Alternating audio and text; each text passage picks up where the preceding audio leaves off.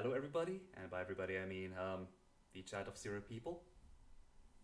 And welcome to some Touhou trivia game because I know way too much about Touhou. With me today is Amew, who I Bjork. who I kind of forced in here. Oh dear! I Every time I mean, click out of it's the not window,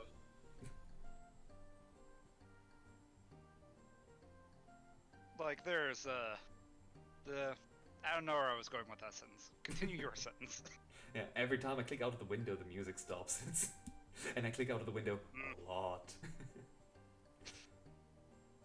So anyway, we can either go with Quick Start, which has just 10 random questions, or we can go with Start and answer all of the game's questions. I think they're in order if we go with Start, so let's do all of them, however many there are, I think. yeah. Start mode. In this mode, you will face 150 Touhou rumors of its... I think they used the wrong "its" of its Yes. origin setting. Try judge them as right or wrong. You will get all the explanation you need after you choose. Sounds good enough? Click to start. Click to Oh, start. they're not in a fixed order, okay. Because when I was testing this, I got a different question. Ikunagae's wheel can also be used to hunt for husbands. What? What? Uh, That's the first time I I feel heard of it. like I feel like this is I feel like that might have been something in Japanese and it just translated kind of poorly. Probably. Although I think the game is made by Chinese people, but same difference. Yeah, it's like a phrase for something that probably didn't translate too well. Yeah. But it's So like, what does the shawl do exactly? it's essentially just like to make her seem more like an oarfish, and I think it has something to do with electricity. Like I don't know, but let's just pick wrong. And if it's right, then I'm gonna be worried. Eco confirmed that it does have this function, but there's no evidence that she ever made use of it. Symposium and postmissivism. That's why. Out I'm of all of going to the say out that of she was just joking about that. I don't know. yeah, I'd say like it's a thing of just like of the Toho extra material I've read is the Perfect Memento in the strict sense and Mhm. some of outside creators of the outside world, right? Was that the one with Fernosuke that now has Sumereko in it? No, that was a different one. Runosuke's books are Curiosities of Lotus Asia. Yeah, that's right. But I did Yeah. read some of Symposium of Post Mysticism, specifically the part wherein Miko's just like Buddhism is very convenient, isn't it? That you're able to just control people like that. That sounds about right. I've read pretty much everything except for the creators of Outer World thing. But I guess I just forgot about this here, or like you said, it's something that's not well translated or weirdly Yeah. translated. Either way, Suke Ibuki has nothing to do with Broken Moon.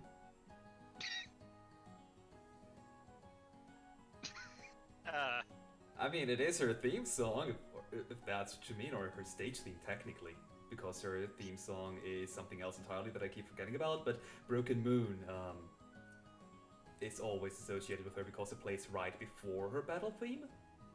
Also, wasn't yeah. there a Broken Moon kind of thing in the background of her battle? Isn't Yeah. that why it's called Broken Moon, this theme? Yeah. I don't know how to answer this because this could be answered in so many different ways. Very It's just literal like you or could not. you could say very literally, Suika probably has never broken a moon, but Exactly. She's not Dr. Eggman.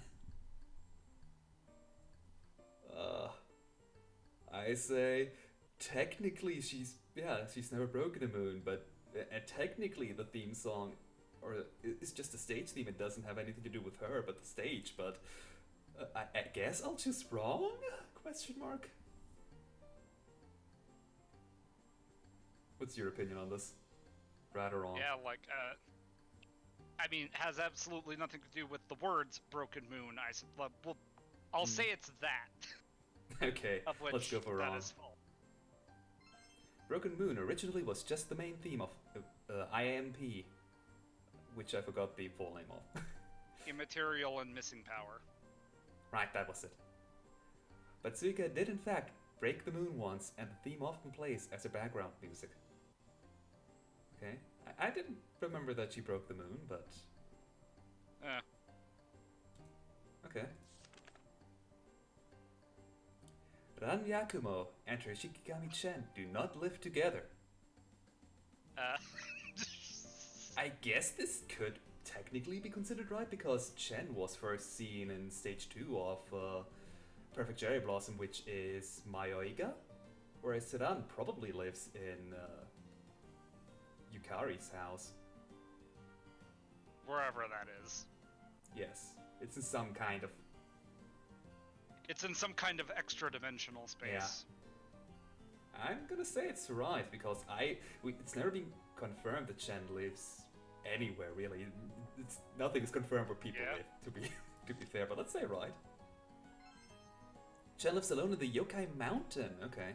While Yukari and Ran live together in an unknown location. Perfect Memento in strict sense. I'm gonna have the feeling that most of these come from Perfect Memento and these other extra... Perfect Memento in the strict sense is the most, like, strictly fact book of Touhou characters. And even then it's written from the point of view of Akyu, so even things that are written in there might be, in fact, incorrect. Incorrect or exaggerations. Alright, yeah, that's probably a better word, exaggerations. Kogasa Tatara is based on the traditional Japanese Cyclops yokai Ippon Datara.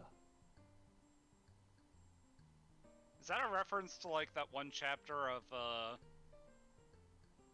Wild and Horned Hermit where, like, oh yeah, so, Kogasa is also a blacksmith?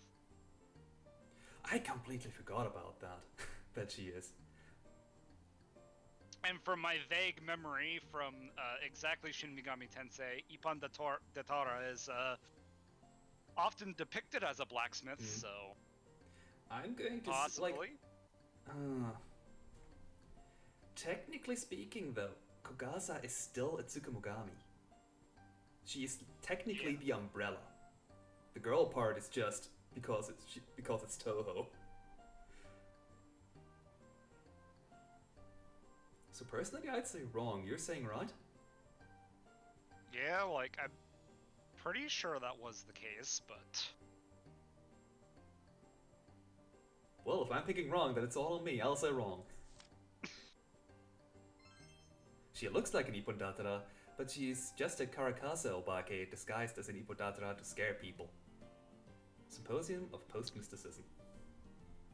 That's rather roundabout. It makes sense, though. She is a yokai about surprise.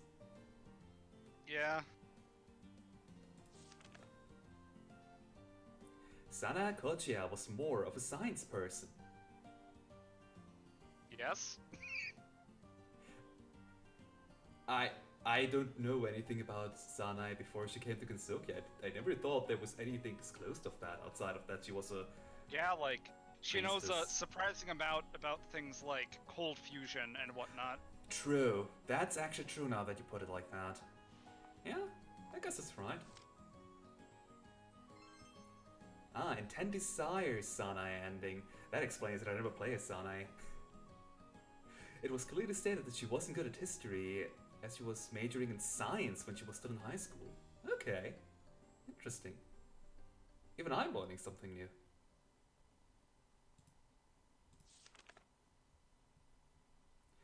Mabiso Futetsuya is afraid of humans. The way this is stated kind of makes me feel like this is right, but I'm like, the way she's treating Kazuzu all the time makes me like, no. if right is the right answer, I'm gonna object here. Yeah, she seems very unafraid of anything, if anything. Yeah. According to Doremi, Mamizo's dream self is secretly afraid of humans. Antinomy of common flowers. Uh, that would explain why I didn't know that, because I never played through the full campaign and read all the dialogue. Granted, it was partially because there never was a... I don't even think they meet up in the story. I think this is merely a versus mode, like, conversation, like, at the end screen, you know? I think, anyway. I might have just forgotten, but, like, if it's about the dream self, then it's probably right. Yeah.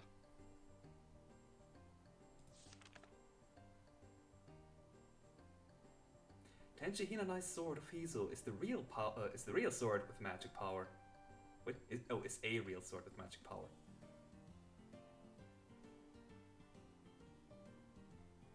I suppose like what the question is like, did the sword of Hiso actually exist?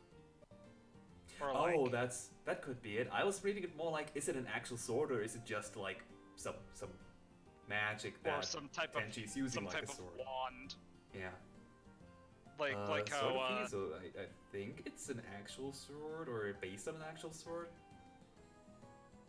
Yeah. That is the question anyway. Let's just say right either way. It should be, right? Nope, the sword of Hizo was only held with a flame emerging from it, just like a lightsaber. Okay, so it was... It was asking if it was an actual sword. Okay, so he understood the question wrong. But even then I probably would have said right. Yuka Kazumi from Phantasmagoria Flower View has nothing to do with Yuka from Lotus Land's story. Is this right or wrong? If they disagree with my answer, I'm gonna complain. What's your answer? I'm not saying anything here. Yeah, that is probably wrong due to the fact that they have literally the exact same design, are heavily implied to be the same person. I'm saying this is wrong because Yuka is making a reference to... Or was it Veba? One of the two makes a reference to Phantasmagoria of Lotus Land's story when they meet up in Phantasmagoria. We were right. The answer is, or the question is wrong. Soon wanted to bring back a few older characters, thus confirming that they're the same person. They also use similar spell cards. Strange creators of Outer World.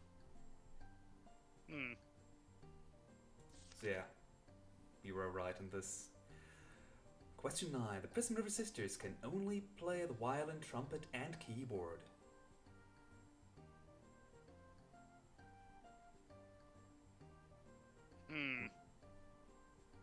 I believe this sounds like wrong. For starters, Lyrica can, like, by playing the keyboard, you can make, like, drum sounds.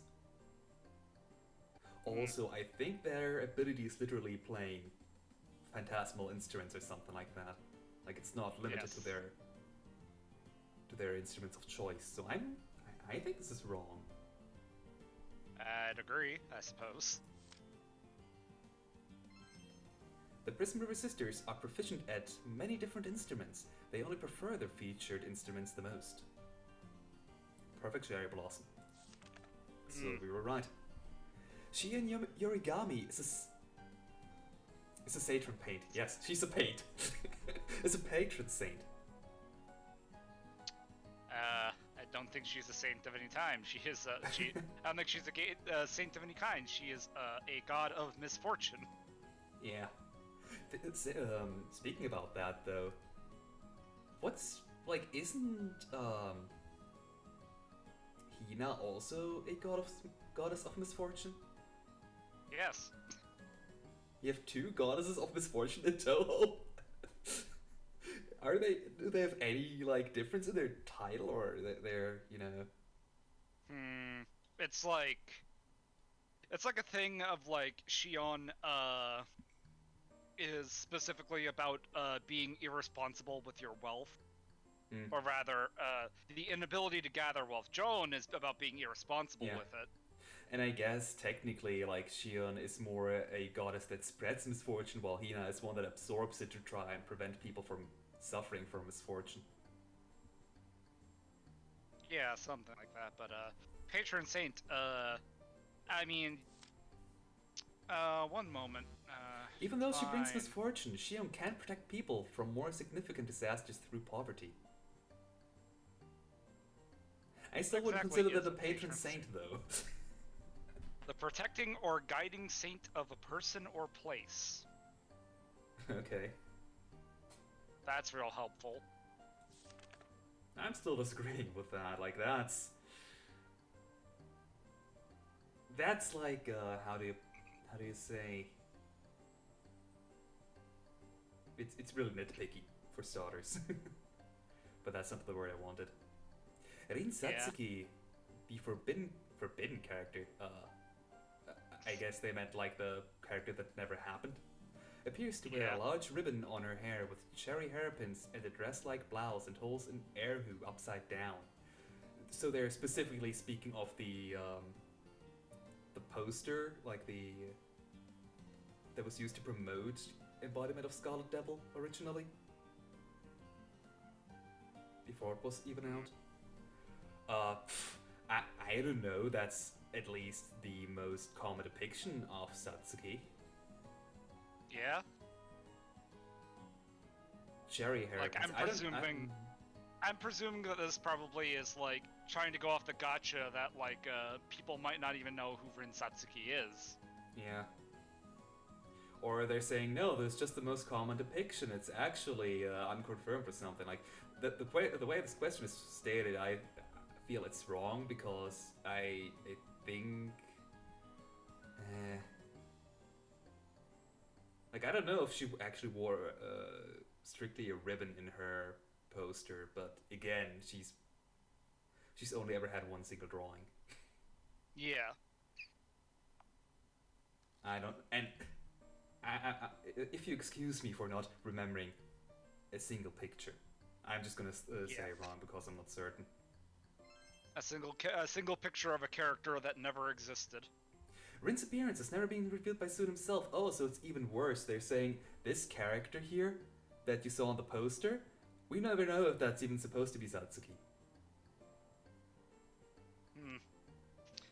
Also, yeah, Origin, Comic Cat 86. Yeah, people remember that.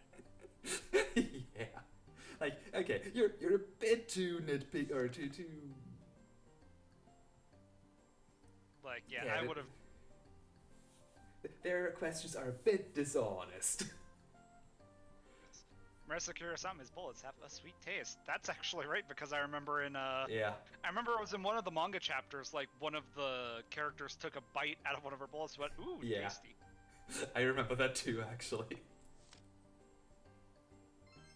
When they fought on the moon, but Hatsuki no Yorihime, right, it was her, took a bite from one of Marisa's star-shaped bullets and mentioned their sweet taste.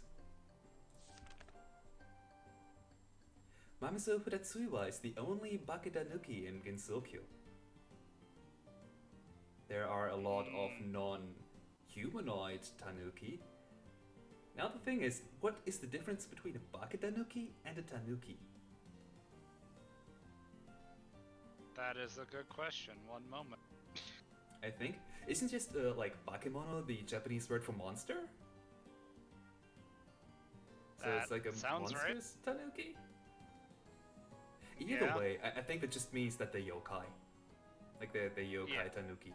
So either way, it's wrong. She has many animal tanuki yokai friends. So Gensokyo is full of Baketanuki. Mamizo is their leader. Yes. You could literally quote a lot of origins, like the fighting games for starters. Like, you know, that bit in Hopeless Masquerade where she has an entire crowd appear to cheer for her, even though the character you're playing as has actually gotten quite popular. Mm. And then you take the Tanuki's not popularity, but you get them on your side after you beat her. Minamitsu Murasa is not a yokai, but a ghost. That is correct. Yeah. She's a ghost of a shipwrecked person, or a sailor, I think. Or at least she causes shipwrecks. Yeah. A ship phantom, okay. Which is a type of ghost and not a yokai per se. The thing is, again, this is a little bit of hair splitting because I guess ghosts are not yokai, but yokai, in my definition anyway, are just supernatural beings. And ghosts Yes. are supernatural beings, so But at least the question was stated, like, is she a ghost or not? In a way, so. Speaking of ghosts, Yuku Saigyoji brought spring back to Gensokyo by dancing in the air, throwing cherry blossoms in every direction. This is so specific it makes me think it's right. How did she give spring back to Gensokyo? By you Like, beating I her up presumed it and was then just- the Sagyo Ayakashi losing all of the spring hits gathered so far. Like, that's literally the last spell card you face in Perfect Cherry Blossom. So I'm gonna say wrong, because as funny as it is, I don't want it to be true. But I also literally never heard of that. Like, that's something so ridiculous I probably would have remembered it. Yeah. That's precisely what she did, and it looked like it worked. Bohemian Archive in Japanese read... Which one was that? That was the one that had, like, a bunch of archived, articles from Aya's newspaper. Oh, okay. I didn't read that fully either. Oh. I think I just looked at it real quick and then I forgot about it. Okay. Either way, I prefer the thought that you just beat her up so badly that the Saiga Aikashi lost all of its power, and with that all the spring. Yeah. Yoshika Miyako doesn't have much of a brain left, but she occasionally recites poems. I think that is correct, actually. Unless they're gonna say that, oh no, she has a brain, it's just completely rotten, but... What do you say? I mean, it sounds right. Like, I think Yoshika is actually the corpse of a poem of the past.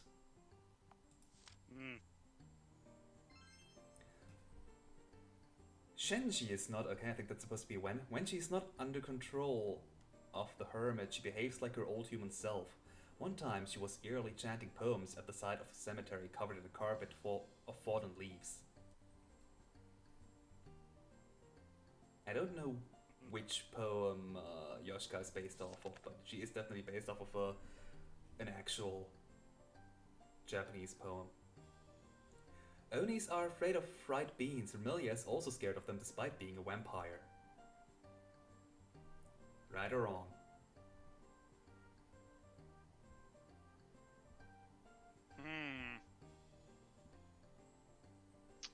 I mean, it comes from, like, a bit about how, like, vampire, like, when you translate it into Japanese, becomes something like blood-sucking Oni.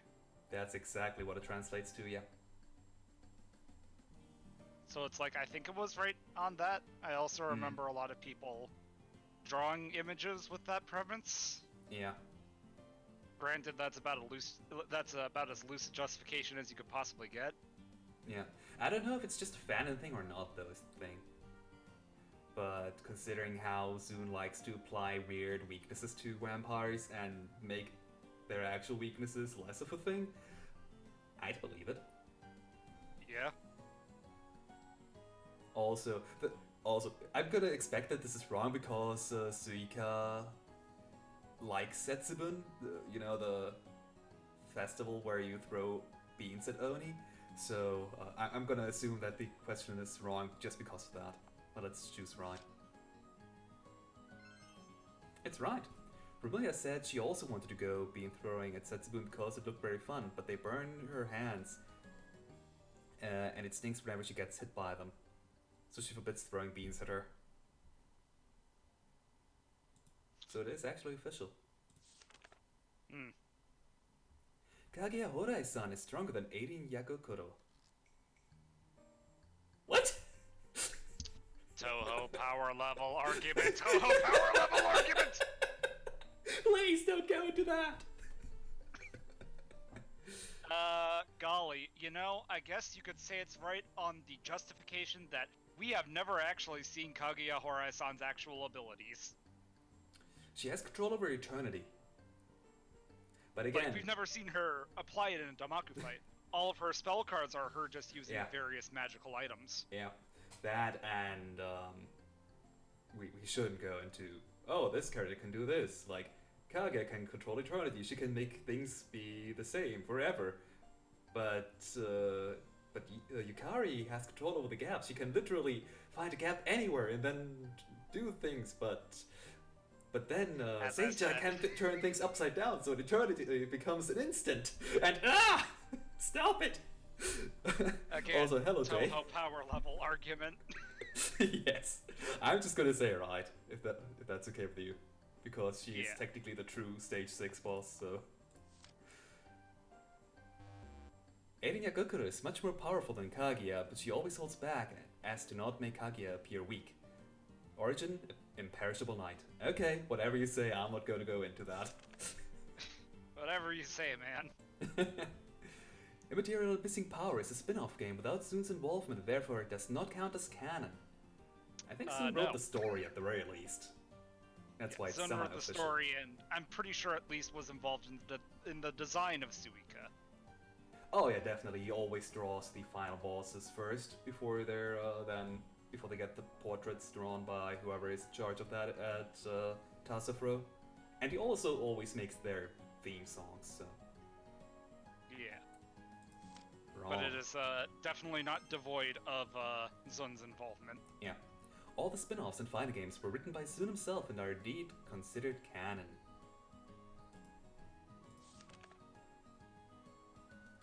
I mean, if you were newer to Touhou, that might catch you off guard. Yeah. Seiga Kaku once dressed up as Santa Claus to burglarize people. How oddly specific. And it is indeed correct. And I do remember reading that. Actually, I think it wasn't the thing that I said earlier I didn't read. Yeah, it is. Okay, I guess I did read some of it, just parts, but maybe just the characters that I was interested in? I don't know. Well, that's what she said. The Tengu weren't happy to hear that, because white-bearded men stealing from people would ruin the image of the Tengu god Sauta Hiko. Okay. How oddly specific. During her banishment of Earth, Kaguya was alone until she returned with Aideen. Right or wrong? She was reunited with Eren at some point, but she wasn't alone because she was found in a bamboo shoot because, like, she's supposed to also be the tail of the bamboo cutter.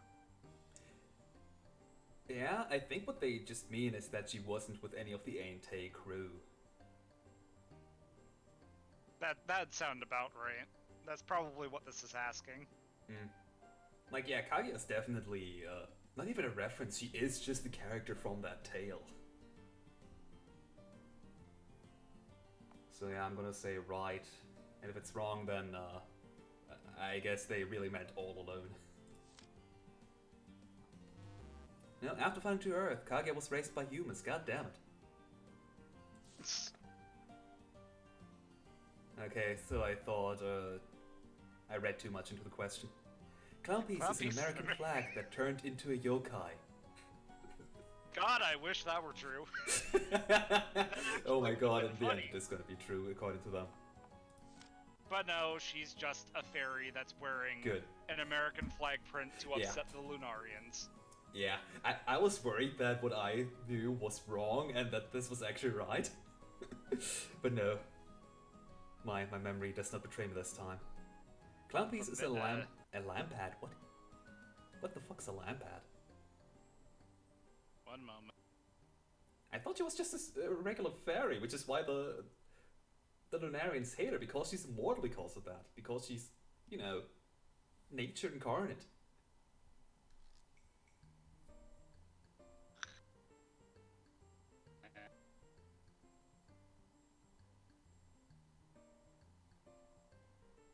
Lamp, candlestick used.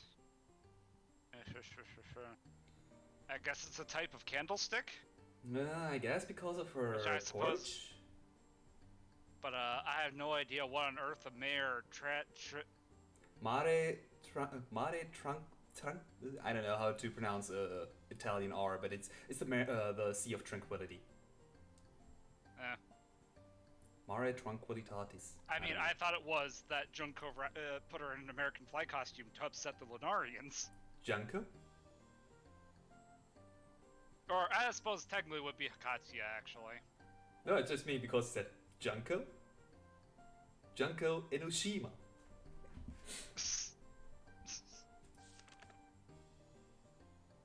Look, there are certain names in Japanese that are more common than you think they are.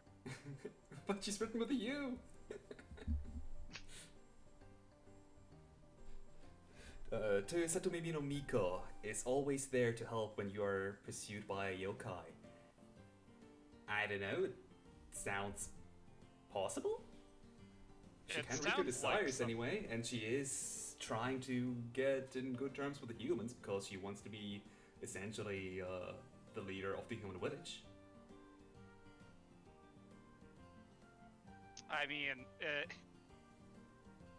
in comparison to other characters, she would be willing, I suppose. Yeah. Let's just say right. You only have to yell, "Help me, Mikoimon!" Moreover, she might hear you with her fine ears. I think that was supposed to be a joke in Symposium of Postmistress, because that is one part I do remember. God, I must have read all of it after all. Like, it's 2 out of 3 now. But yeah, like, I'm getting the feeling that they take everything very literal that is in the side works. Yeah. To the point of fault.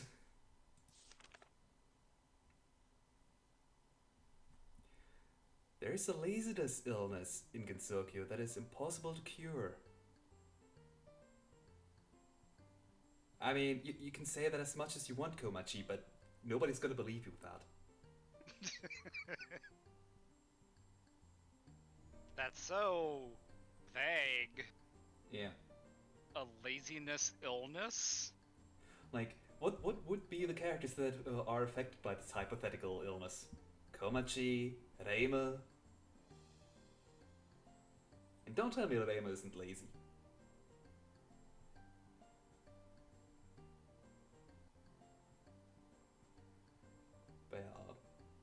But what do you say? I let you have the executive decision on this. It's so vague, I almost want to say that they're gonna pull a technicality and have it be right.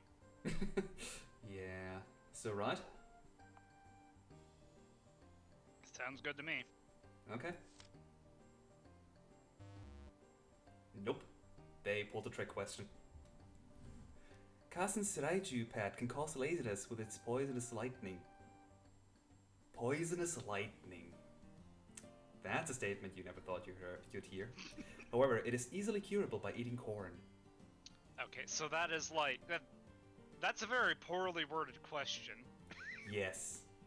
Because like you make it sound like it's an illness that you catch and is not inflicted by an external source. Either way, it's technically not an illness because it's wrong, but yeah, it's not an illness, it's an affliction. Yeah. Unlike Yukari, Yuriko does not mind being called old. I don't know. Does Yukari actually mind being called old? Isn't it just a fandom thing? Yeah? I'm gonna say it's wrong. Yuriko is very sensitive about her age and found it rude that Aya called her old. So no, they're saying both are being... Okay. I guess like maybe Aya used like a perhaps not so graceful word. Yeah, probably. Either way, Seicha Kijin is a twisted kind of Oni. Technically she's not? I don't think Amanajaku are actually Yeah. related to Oni, I don't think. I don't think at all. Like I'm almost afraid they're gonna twist it in a way and say yes, she is after all. But on the other hand, they might just ask this question because she has horns. Yeah, Either way, I'm that gonna might say. also be the case. I think from now on I just should stick to my knowledge and not try to outsmart these people, because even if they take things way too literal, I should just stand by my point and say no, you're too literal. She's an Amonuchaku, not an Oni. Okay. Nitori Kawashiro was able to analyze the principle of perfect possession scientifically. I think that's right? For a given definition of scientifically, yes. Nitori even made artificial masks to let common people experience perfect possession. Right, I did forget about that part. For a fee, of course. Well, yeah, she's a kappa after all. Kappa being the friends of human only if they can do business transactions with them, which is not something that is part of, common folklore, kappa. It's a very Touhou thing.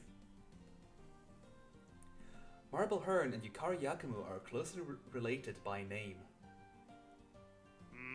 I think I know where they're going with this. Yeah, it's just like, hey, did you know there's like a connect? This probably is a question of, did you know that there's a connection between like the names that both of these are based off of? There was this guy called Lafcadio Harn, who then, when he came to Japanese after some time, took on the name of Koizumi Yakumo. I guess that's what they mean. So technically right. Unless they mean closely related as in the relative sense, but that would be dumb. And yeah, that is exactly what they meant. Also, So I don't even know how I remembered that Japanese person's, or technically Greek person's name. I'm bad at names, and I know Lafcadio hard. It is very respectful towards inchlings. Has there been any interaction between Arian and Sukuna?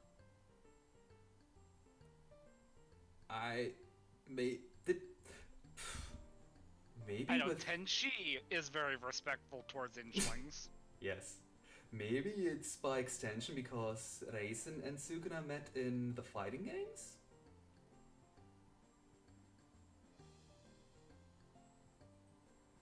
But I don't know, this is something that I actually do not know.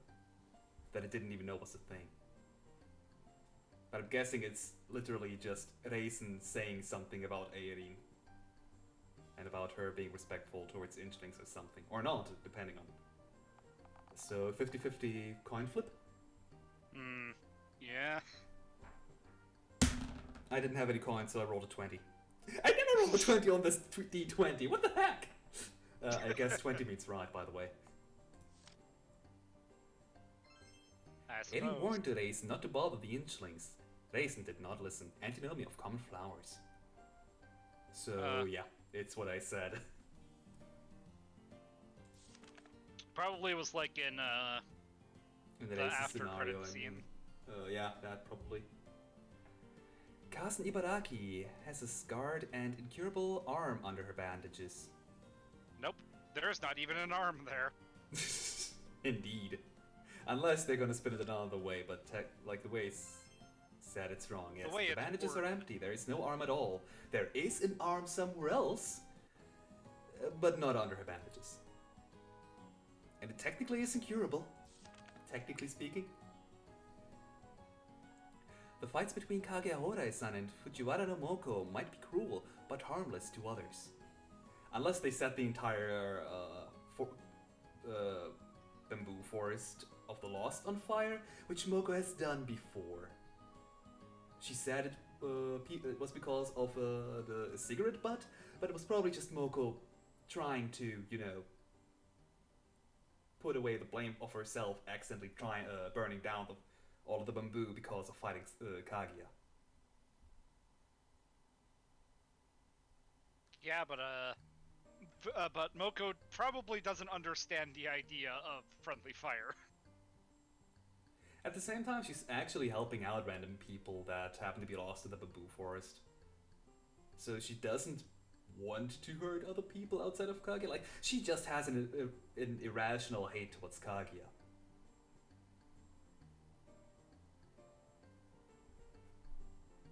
Yeah, Well, but maybe it's not like so irrational because of her. Moko became immortal, which she hates, but at the same time, it was Moko's entire damn own fault for doing everything she did.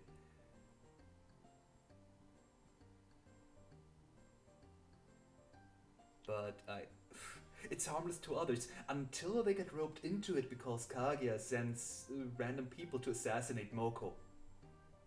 yeah. Like, like sure, she saw how powerful the heroines were in Imperishable Night, yeah.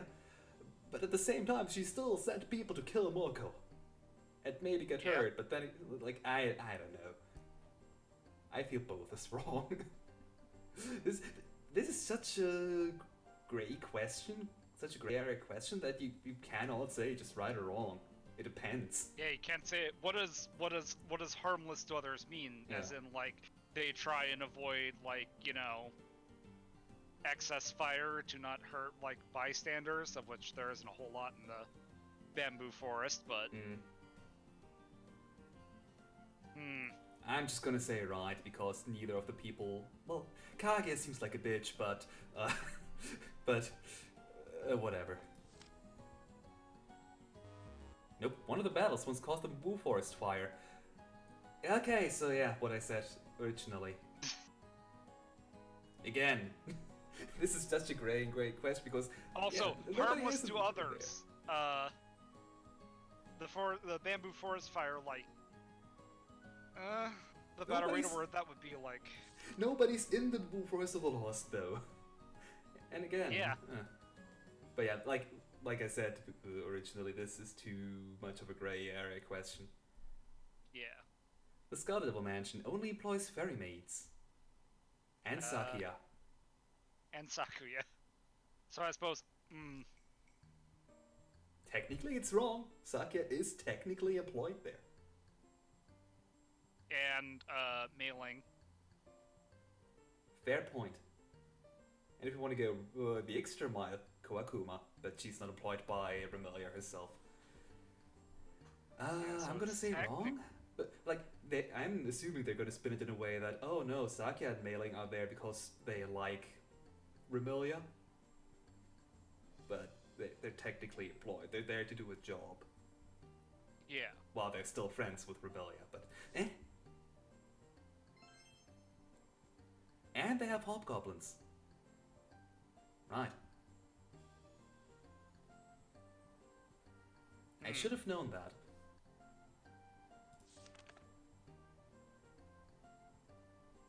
But it's just we see the fairy maids the most because they're a special type of incompetent.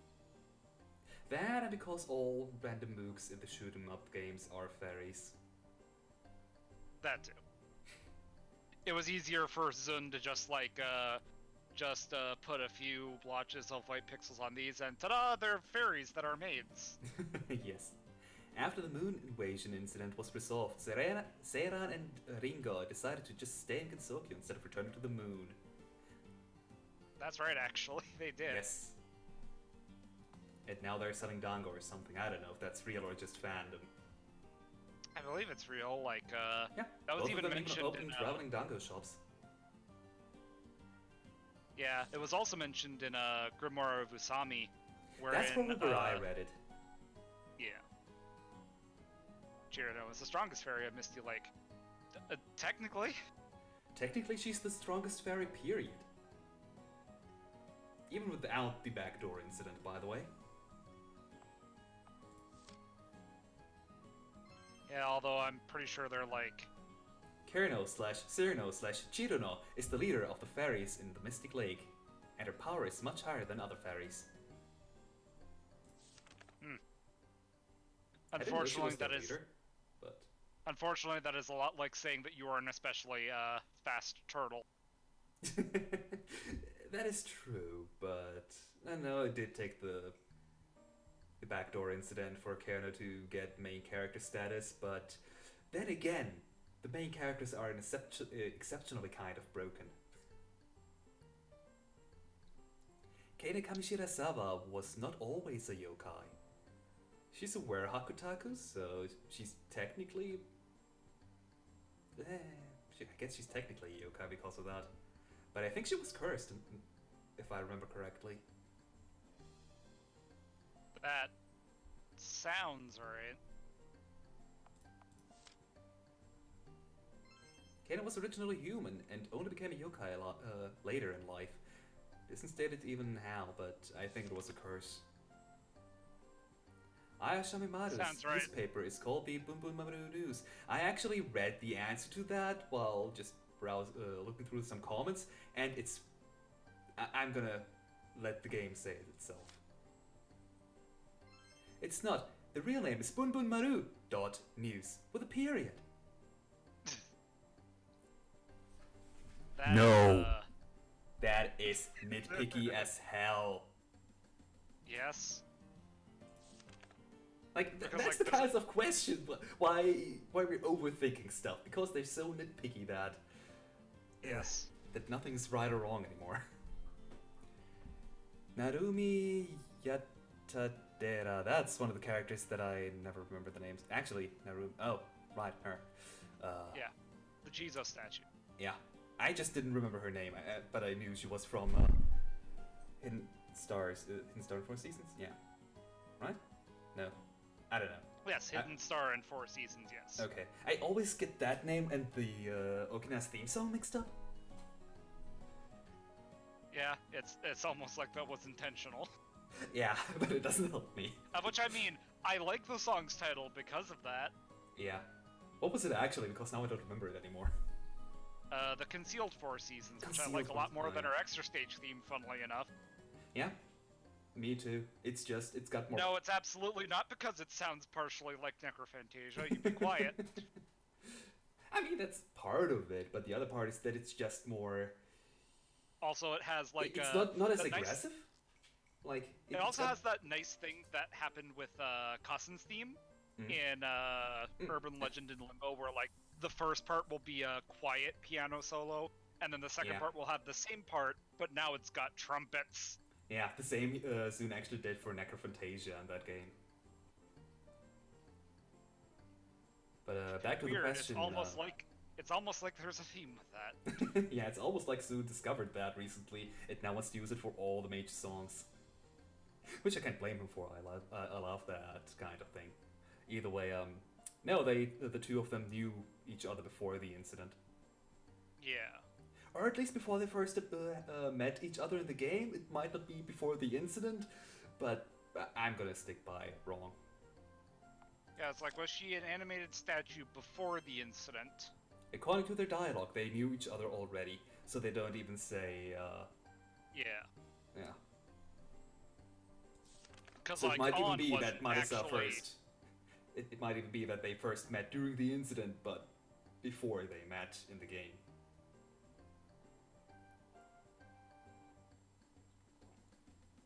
Hata no Kokoro's 66 masks were created by Satoru no Miko's friend, Hata no Kawakatsu. That sounds right. Oh, that's a mouthful. Either that or Miko made them herself. I'm not sure anymore. I know that Miko made the Mask of Hope, which was supposed to annihilate Kokoro. Curse you, Miko. Don't take Kokoro away from me. But, I think it sounds right. Like, that's how Kokoro got her surname, too. Yeah. It's either that or because it's based off of this guy's work in real life, but considering how real-world people and Touhou characters are closely intertwined in a way, I'm gonna say right. Nope, the masks belonged to Kawakatsu, but Miko herself made them for him, so I was right after all, originally. I have the bad thing that when a question is asked in a specific way, I always think the question is right. Yeah, Miko made them herself, which is why she was able to make the Mask of Hope to begin with for Kokoro. I suppose, yeah. Satori Kumeiji loves to read and write novels. Right or wrong?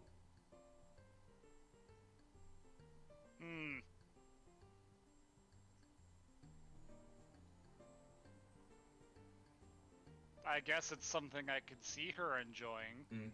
I know that it's often that she's often portrayed to love and reading and writing books in fandom, but that's the thing, isn't it?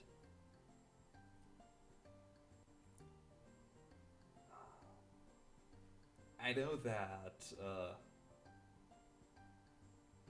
Aku loves to read and write books, including fiction, but that's not the question here. But it's like, I guess that's something I could see her liking because, you know, obviously when you're reading a novel, your mind-reading powers don't work.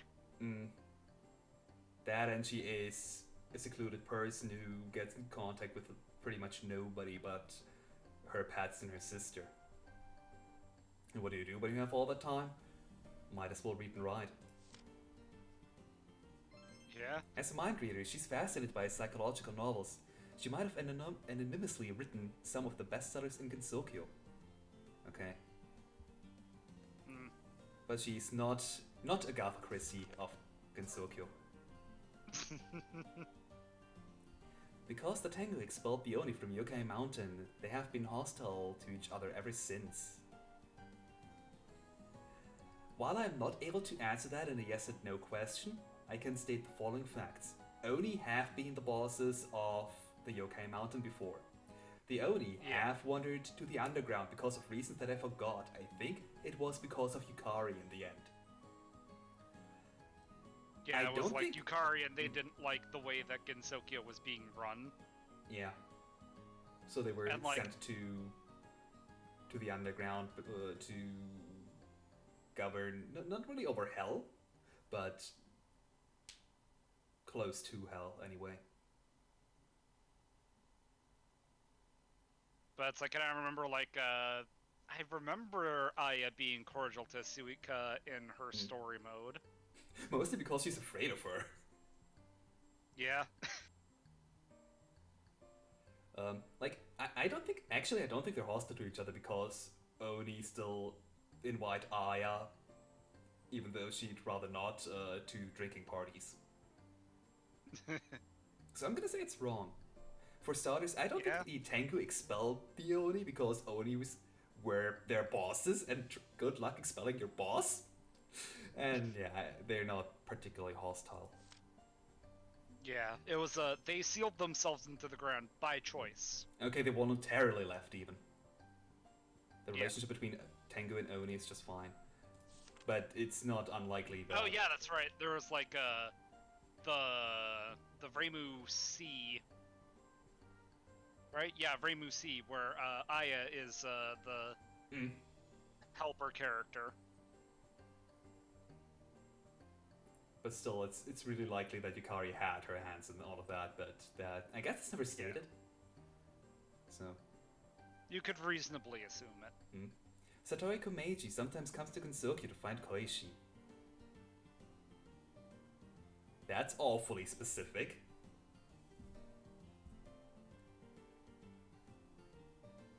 I mean, isn't a lot of it just Satori hopes Koishi comes back home? Also, now let's go into the meta level on this game. They have to have a source for this question. Yeah. Is there a source for Satori not coming to Gensokyo to find Koishi? Well, the only way is for Koishi to say, my sister never comes looking for me, but would she say that? So I'm gonna just go on the meta level and say yes, because otherwise they wouldn't have a source. What do you think? Yeah. Yeah, that seems like an awfully specific thing to pose without a source. Byakuren and Kazan both tell Koishi that her sister came looking for her on several occasions, antinomy of common flowers. Huh. I suppose so. Again, like antinomy of common flowers, I'm not actually familiar with the actual dialogue of that because of it didn't get a very great English localization. Right, yeah, it was around that time. Because of that, I mostly played the game in Japanese, actually. I think I played it once in English and that was it. That explains it. Wakasaki Hime, as a mermaid, is a great menace to humans. Isn't she really friendly and timid? Yeah. I thought that was supposed to be the... I mean, like, Oh. Can she actually travel out of the Misty Lake, or... I actually don't know if she's one of the few characters who cannot fly because her stage takes place on the Misty Lake. Oh god, Like, speaking sure, of we that, could have... I'm so worried that there's gonna be a question of, can Marisa fly without her broom? Please don't let there be this question, because that is always, no matter what you say, it's wrong. But yeah, what do you want to say? But, yeah, I don't think that she is a menace to humans, I don't think. The only reason she attacked or the player characters to begin with, is because of the influence of the after effects of the Miracle Mallet. Yeah. Wakasaki Hime would never threaten the humans. She's a peaceful yokai who usually sings and picks up stones. Yeah, same with, like, Kagero, of how she doesn't normally go attacking people. Yeah, and she hates the full moon because she becomes all hairy because of it. And probably gets her ears because of it too. Just saying. As someone who's drawn Kagero a lot of times with her animal ears. Clearly outside of night. Wait. I mean, I gotta be honest here. Shikieki Yamasanadu is not her real name. Oh god, they're gonna spit it that way, aren't they? Technically, that's not her first and last name. Her actual first and last name is Shiki Eiki, and Yanma Zanadu is her title. Exactly. So it's not her real name? It's right. Yeah, it's like the way that they phrase it in that. Yes. Yamazanadu essentially means like great judge or something along the lines of that. Everyone in Gensokyo either steals or breaks Sumireko Usami's electronic gadgets. Everyone. Is there any record of that happening? I don't know, but like, now I'm gonna be nitpicky and say, if you are so nitpicky, then I can say that no, not everyone, because Sumireko certainly has not met every single person in Gensokyo.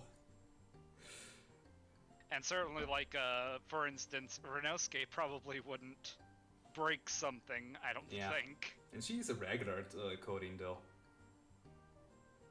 Never buying anything, but providing them with goods, which he never sells because he's more of a collector than a clerk. The world's worst shopkeeper. Yes. I'm gonna say it's wrong because I'm nitpicky, and if they say anything else, I cite all of their other questions, which were incredibly nitpicky. Koishi once stole her smartphone, and she had several things broken by Marisan Nitori. That's not everyone. That's not everyone. She's met several people who have done none of those things. Yeah. This was probably just badly translated, but again, don't do nitpicks. Mr. Lorelei is the owner of a roast chicken stall. Nope. It is a grilled eel stand. Is eel the same thing as lamprey? Because I remember grilled lamprey. Probably, it's like some kind of like sea creature thing, but it is most certainly not roast chicken. Yeah, Moko actually had one somehow. It's never actually appeared anywhere, it's just been mentioned, but that was the reason why Mistia opened up a grilled lamprey stand. Yeah. That she claims can cure you of night blindness. That was inflicted by her. Exactly. And lifted by her as well. Like, that's one of the more interesting lamprey are a type of eel, okay. Yeah. But, like, that's one of the more interesting ways of, like, a Touhou character weaponizing, like, their ability in a clever way. And that's why I love Mistia.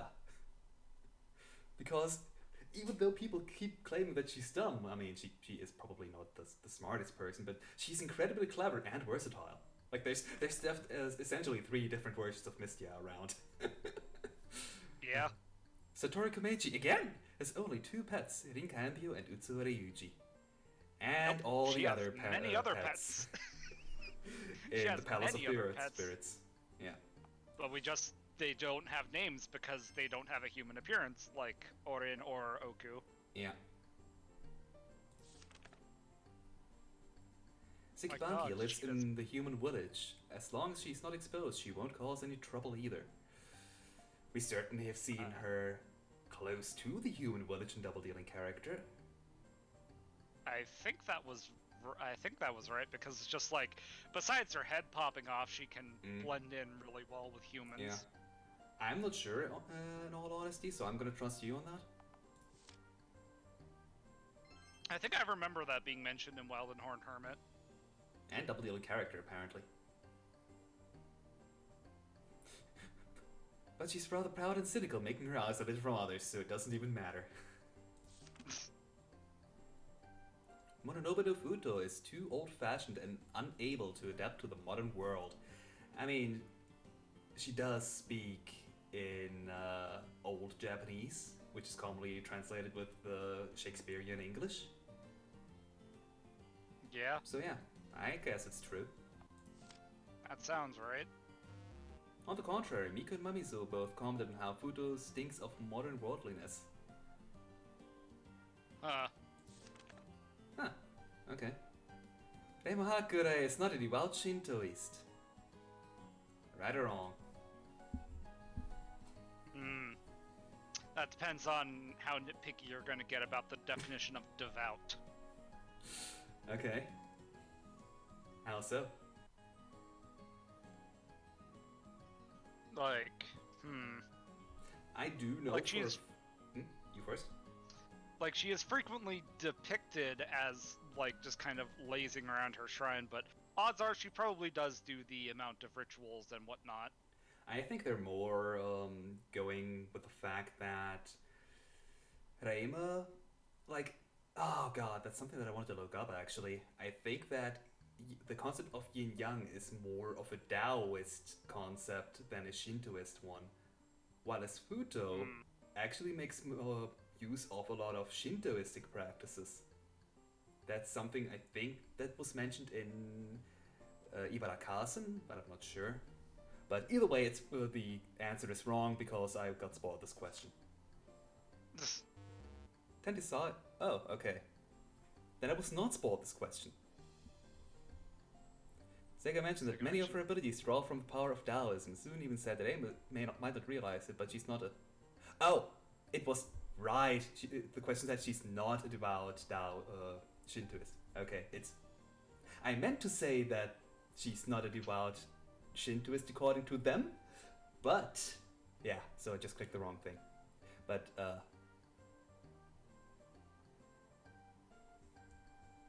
Soon even said she's definitely a Taoist. I still disagree with that, even if Soon says it. Yeah. Like, sure, yeah, like, the way I see it, Reima is essentially like a common Japanese person who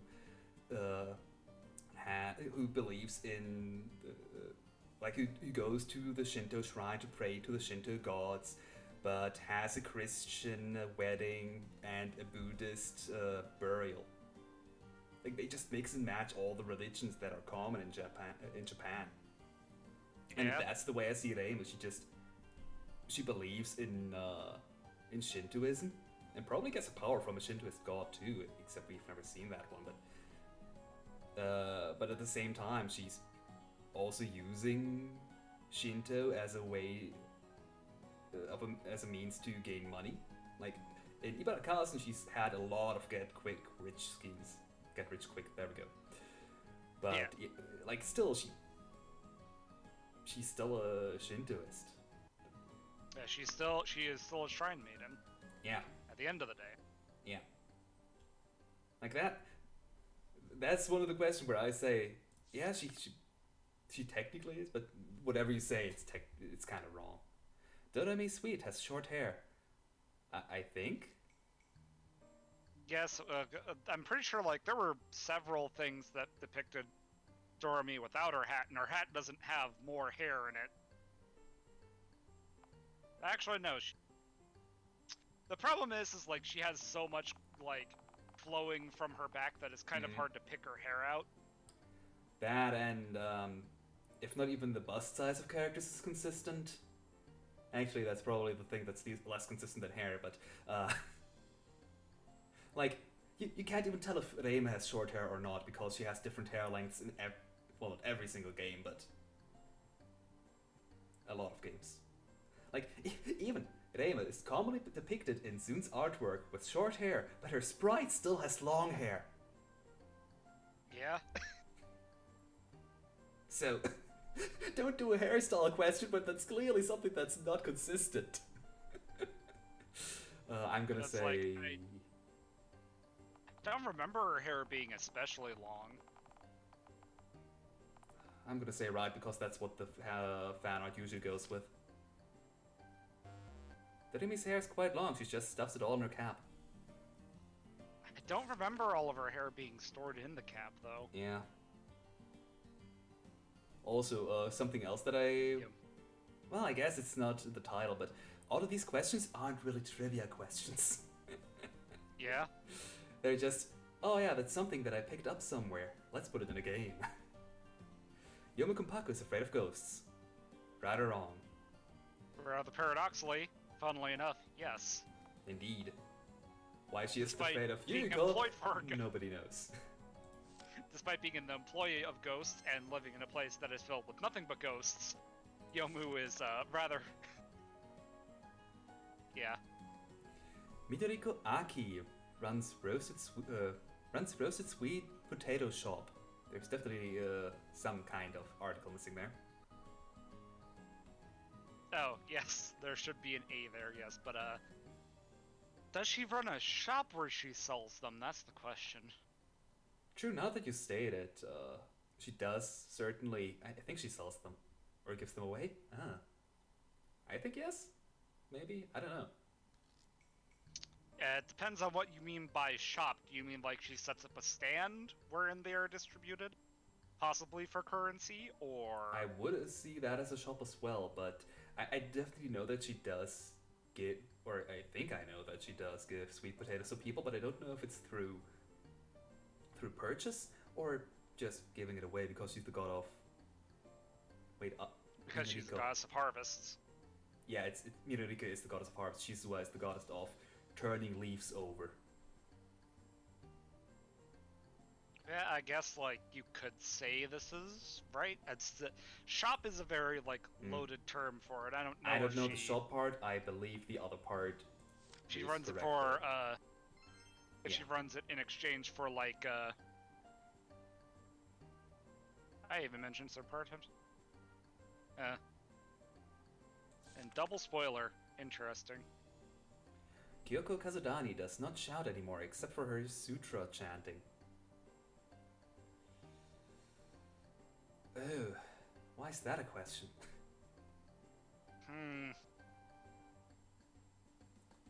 I feel like it's a thing of she doesn't do it normally?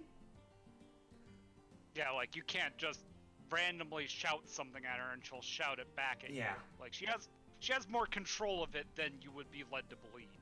Yeah. It's not a feral instincts kind of thing, but you could probably still trick her into shouting things back at you.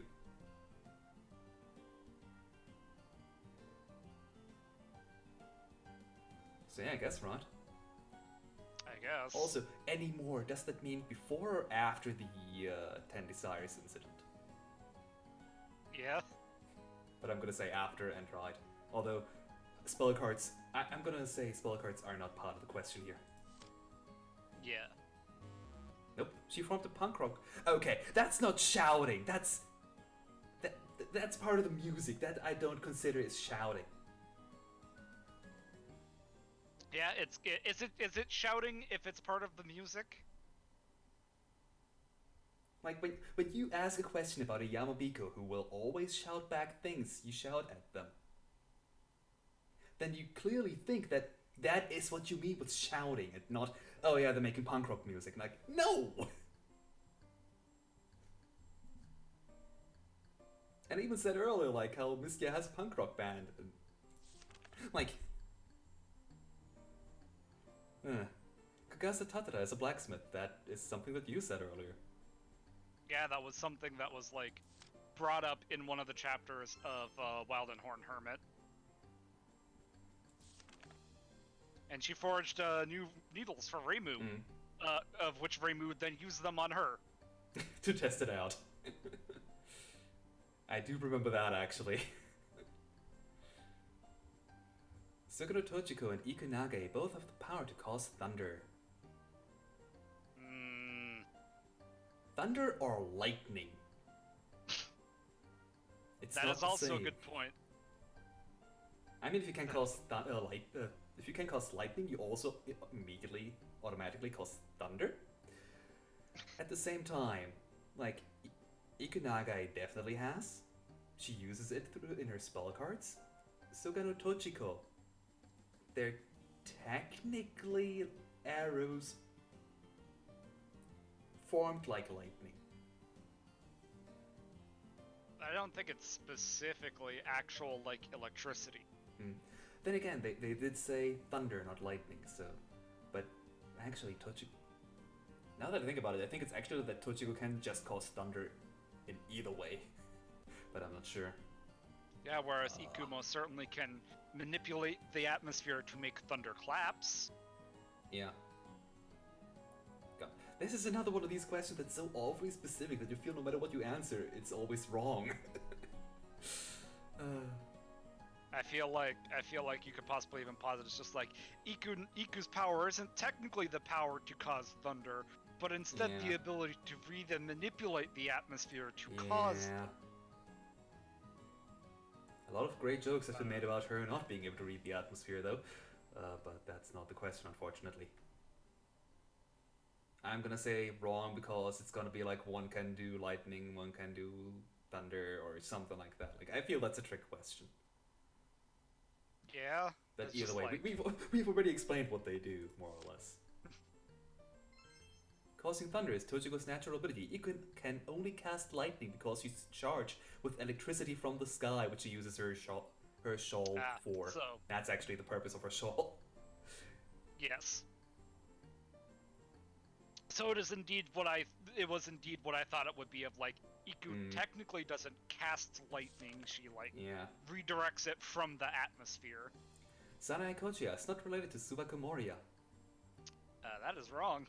Yeah, she's Suwako is like a distant relative of Suwako. Like a couple very generations. distant. Couple many. But yeah, they are absolutely related. Sana doesn't know anything about that. I'd believe that. Yuko Saigyoji is no such thing as a big eater. That is actually true. I was reading bug eater at first and... Wait a minute, what?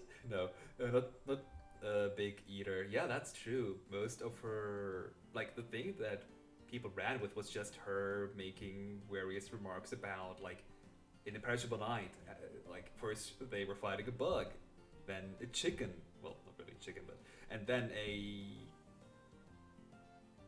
well, not cow, but, I mean, I think she was making a kind of, like, cow-related joke or something along the lines of that, and, like, she was just making jokes, essentially, and people were running with it. Yeah. Also, like, wasn't one of her titles Hungry Ghost? I feel like that was one of Yuyuko's actual titles. Was it? I don't remember that. It might be. In not Imperishable, in Material and Missing Power, probably. Let's see. Actually, that came out before Imperishable Night, so no, that would be too early. I feel like if Hungry Ghost was, or maybe one of the side spin-off manga, because I think the titles there are pretty much up to the artists. Dreaming Ghost, Ghost in the Snow, Stationary Ghost. Ah, I guess it was never, never was. Where did I see Hungry Ghost for her? Maybe in some fan work. Probably. But yeah, she's, like what I said, she was just making jokes when she was saying, like, she got a chicken stuck in her throat, or whatever the actual joke was. She's no such thing as Big Eater is right. No. I named her a big eater in the Boon Boon Maru Weekly. Yuko wasn't very happy to hear that. Yeah, because it's wrong!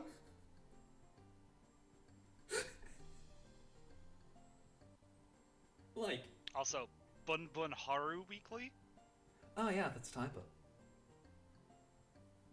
Also, shouldn't it be bunbunmaru dot weekly?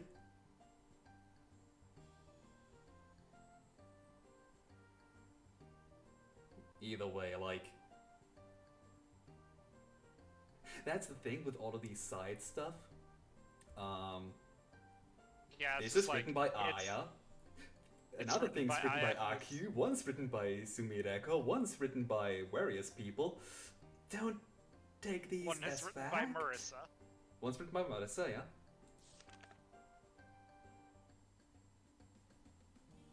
Kanako Yasaka is the god of mountains. Right or wrong? Hmm. What is she? She's like a god of war, isn't she? Actually, I think that's also true, right. But for, primarily, she is the god of wind.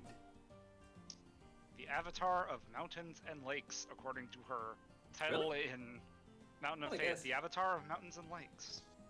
I know Goddess for a that- fact, god because that I just likes read it like 2 weeks ago, that she was using the title of Goddess of Wind for the lift, like in Ibarakasen. They introduced the lift that was supposed to bring people safely to the Moria Shrine, and she essentially they were staging an event that the Tengu were causing like all these Tengu gusts to be thrown at the lift itself, and Kanako was using her was pretending like, oh, she's this all-powerful god protecting the humans from these Tengu gusts because she's the goddess of wind. But that is just one of her I don't titles know in about- that case, I guess. She has a lot of titles, is the thing, huh? Yeah. Like, I guess you could say God of the Mountains is one of them. Yeah. If it's wrong, then did you look it up in the wiki, or where did you get that from? That is specifically one of her listed titles on the Okay, wiki. so it must have been in the games then. Yeah, Kanako is like, in fact the god of wind and rain or agriculture. She only acquired the title of mountain god after she took over the shrine, which in that case she's still the god of mountain. Yeah? You can't cherry pick your answers and then say, haha, I gotcha. That's not how that works. That's absolutely not how that works. They even admitted that she has the title of mountain god. Yeah? Like, you could say, like, in that way you could say both were right. Yeah. This game. Sana Kochia is a god. Technically, she's a living goddess. Yeah. But they say she's a human. Yeah. Yeah. Like, I could have seen them saying, oh no, she's technically still a human. But, okay, they didn't this time. After the Miracle Mallet incident was resolved, Shinmyomaru was kept under observation, but she was fairly treated. I mean, there was that extended period of time where Sukuna was kept at the Hakare Shrine. In a bug cage, but mostly for her own protection. At least that's what the dame was said. I don't know what she really intended with that. But yeah, like, if we consider this at face value, yes, she was treated fairly. And she was kept under observation, technically. For a given definition of fair and observation. Reima locked her inside a cricket cage and Marisa tied and gagged her, even. I don't remember the last part? I don't remember that, her tying and gagging her. And again, I don't remember that. like I said, she was kept in the cricket cage because she's extremely weak as an inchling without the power of the Miracle Mallet. But like I said, whatever Reima says might have not been true, but that's the official version of it anyway. Like, heck, Sukuna enjoyed her time at the Hakare Shrine. that kind of goes against this the answer being wrong here. Yeah. Reiko Horikawa is one of the few yokai who can leave and enter Kensuke on her own. I guess this is true. She got her new power. Like, she got. Originally, she was a different kind of drum set, or even a different kind of Tsukumigami altogether. But she went to the outside world and got this new. Well, the drum set that she now is using, or now is technically. Yes, where she has, amongst other things, foot pads attached to the back of her heels. Yeah. So I guess this is right. Bars It's never. I don't know if it's strictly stated that she went to the outside world or not. Just that the drum set that she uses is from the outside world. But again, depending on what the game makers here want us to say, this might be right or wrong. After the Miracle Mallet incident was resolved, Raiko abandoned its power to search for a new type of magic in the outside world. She found it and came back to teach it to the Tsukimos as well.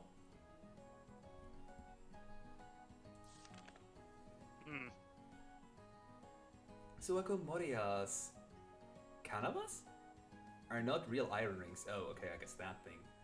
I don't know. This is the first time I heard their Japanese name, I guess. So. I don't know whether or not they're actually iron rings. She says they're iron rings, but Touhou characters say a lot of things. Which we've stated multiple times here as of why the answers they're giving are wrong. But I guess I've read somewhere that there's something different, but don't question me what it is.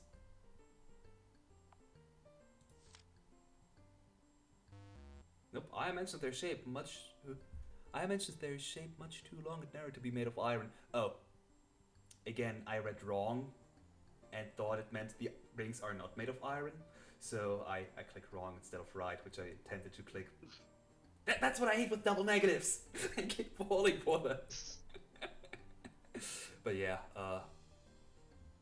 okay, so that we were right. We still don't know what they're made of, though.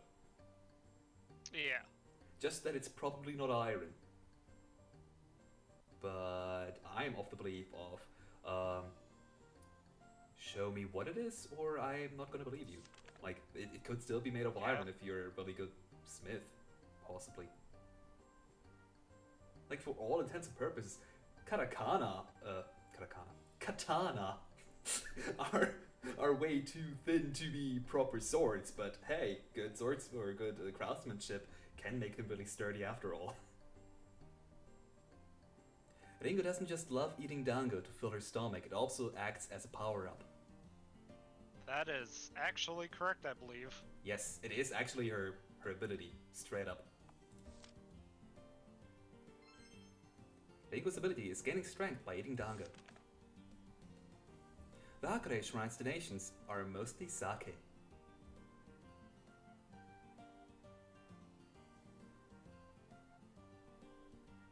Huh. I actually don't know about that one. I know that most of her income is actually coming from the various stalls she has during various events, which is why she loves having all of these events at her shrine, like flower viewing parties, or... I mean, as long as there aren't just freeloaders there. Or, like the fireworks festival that they threw. Or all other kinds of stuff in Ibarakazen. But I feel like I read somewhere in a really, like, probably, in the first Aki book, that this is actually a thing, so I'm gonna say right, except at this point it's probably been, like, retconned, more or less. Yeah. I'm just gonna say right. Also, I didn't know Twitch had a sake emote. That's oddly specific. Huh. Well, I guess Tasso's here to teach us something new. Thanks, Tasso. Reim is always surprised when she gets something else than just sake. In Wild and Horned Tournament episode 1. Oh, okay. I guess that's also why she is frequently depicted as drinking sake, because you got so much lying around, you might as well, right? Yeah. That also explains why it's been a long time, because I read Ibarakasen 1 when it was still fairly new, and I only recently ended Ibarakasen, so the more recent stuff is a lot more fresh in my memory. When Seiga lived in ancient China, she was one of the few hermits residing there.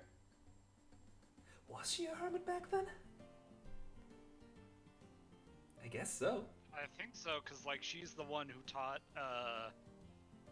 But no, Miko wasn't in China. No. She was... Actually, I think it went like that. I think I remember again. She was one of the few hermits in China. Then she used the Chinese emperor to try and have Taoism spread all throughout.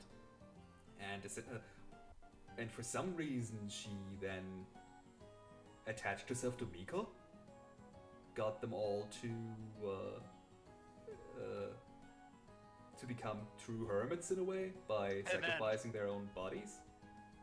Yes. While Miko was busy. While Miko was busy saying, "Please try this religion." No, actually, she convinced Miko to adapt Taoism. Yeah.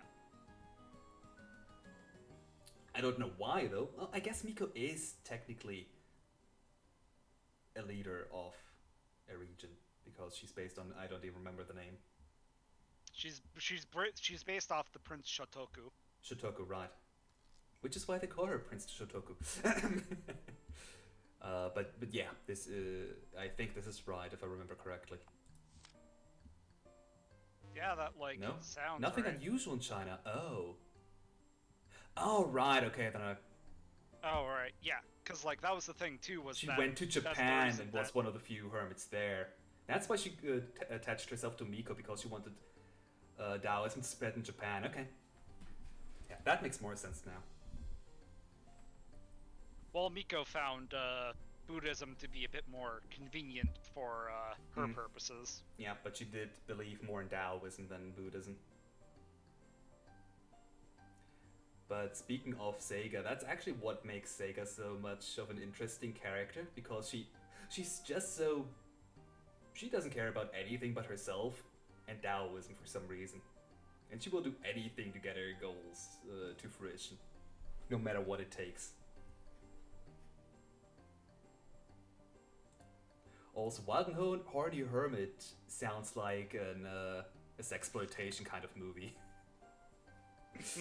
Thanks for sharing Tasso. I cannot read anymore. Or speak. And we still have 80-something questions to go through. No. Yukari Yakumo, as a yokai sage, is very kind to her Shikigami. No. She hits Ran with her umbrella multiple times.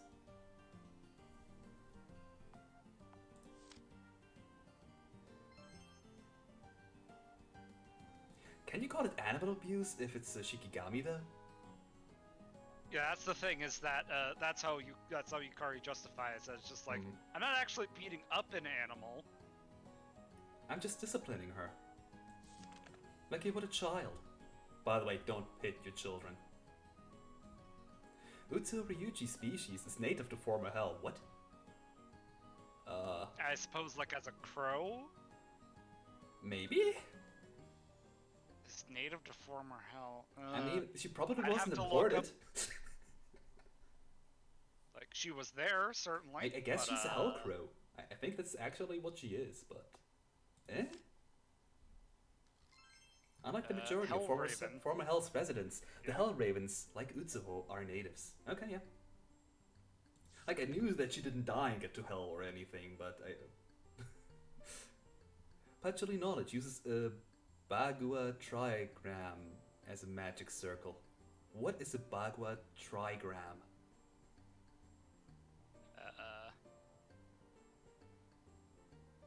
Thank you, Google, for...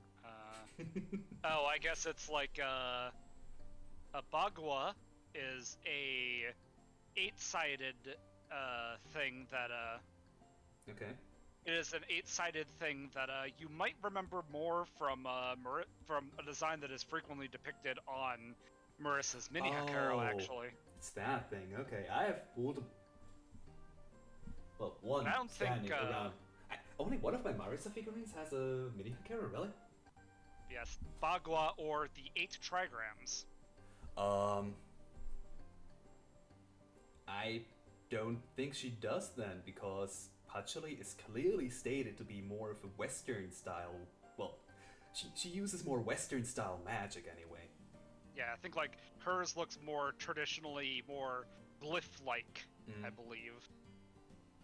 So I guess it's wrong, because like that's the funny thing about Marissa and Patchouli. Marissa is the Western style witch using Eastern magic, while Patchouli is the Eastern. Wait, no, I'm getting things mixed up. Like, Marissa is an Eastern style person, dressing herself as a Western witch and using Western magic. Yeah, and Patchouli is a Western witch because she's from somewhere from Europe and uses Eastern magic. There we go. Which means that Patchouli probably would be using the Bagua trigram, huh? Trigram. Yeah, like she specifically uses the 5 or 7 technically elements in. Well, no, they're technically 5 elements, but the sun and moon together with the 5 elements make the 7 days of the week in Japan. So either way, what I'm trying to say is, fuck it. We know too much about them, and this is such a nitpicky question. Who even cares if this is right or wrong? I'm gonna say wrong though, because she's the friend of a devil. And devils use pentagrams. And I guess it's usually hexagrams are used instead of like the thing that they're talking about is more frequently depicted with Marissa than because like she doesn't use like in the center of it has a yin yang, which is definitely not present in any of. Okay, according to Scarlet Weather Rhapsody, she uses a lot of Eastern magic in battle, including the Bagua trigram. Okay, whatever.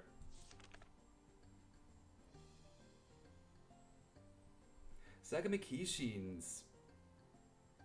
Oh, Sagami Kishin's will indefinitely. I feel like this will is supposed to be the future, like the future participle, whatever. But it's written like it's her will. But yeah, she by speaking of by speaking of a situation, the reverse of what she says will be the outcome. That is what they're trying to say, I think. Yeah, which is definitely her ability. Yes. So this is right. Indefinitely. Don't they? I feel like this. Definitely. Because indefinitely means like forever or something like that. For an undefined amount of time. I feel like this entire question is just hot garbage. A mess. But let's say it's right. It is not structured great.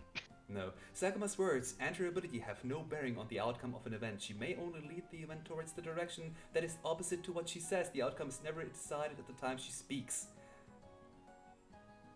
Okay, yeah. So by speaking something, the opposite will happen more likely. It's like a thing of like she can't say something like the sky is blue and then suddenly the sky will suddenly crack and then be red. It'll be like cloud cover will gradually come in. Yeah. But that's something that's obvious. She can't destroy the fabrics of nature with her words. She can influence it, but yeah. Either way, that question it was even a miracle that we knew what they were trying to say there. Except we didn't. I mean, it's a misunderstanding. It's a misunderstanding that you could easily come across as just like, oh, what she says the opposite happens with, which you could easily misinterpret that. Yeah. Smartphones and tablets are treated as useless trash in Gensokyo unless you're the shop owner of Korindo. I'm missing that part there. Like, the problem is like, smartphones and tablets have a lot of, wireless connection functions that function better when, you know, some cell towers exist nearby. Mm. And they have a really short battery life, and guess what you don't have in Gensokyo? Also, most people don't even know how to use them. That too. Somehow I feel the answer that they want us to choose is wrong, but... In fact, phones and tablets are popular for their many different usages, such as tableware, throwing discs, kneeling... Okay, fuck you! At that rate, I could say a cushion is very popular with people because they're using it as cushions.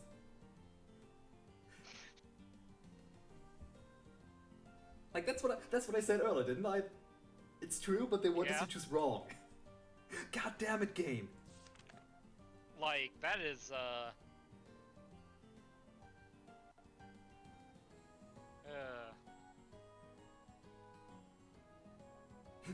If this had options, it would probably be both B and C are correct, but C is more correct. Yeah, that's totally right, Tasso. Eri Gokuro was wholly responsible for naming Reisen and Donge Inaba. I feel this is right? I don't know it, but it sounds right. Actually, no, wasn't it Yorahime who actually gave her the name Reisen, which is why the other bunny she has as the other moon rabbit she has as her second in command is also named Reisen. But written in katakana. So because... Like, I think that's what it was. Okay, so the holy part here is definitely means that we need to choose wrong. Because it was one of the moon princesses.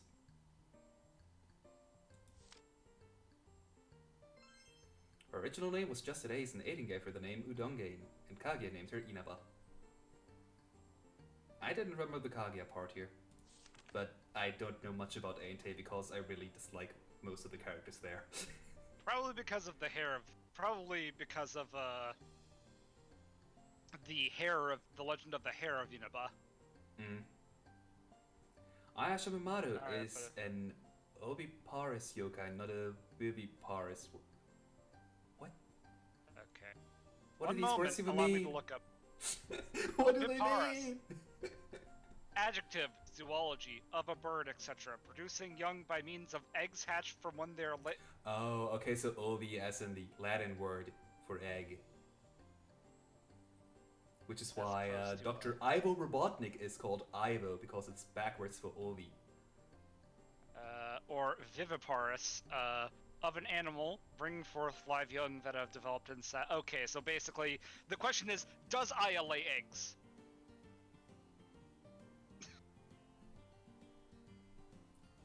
I feel like... That's a weird question. I don't know if Zun would even want to comment on that, much less have something... Yeah, that's printed. The thing.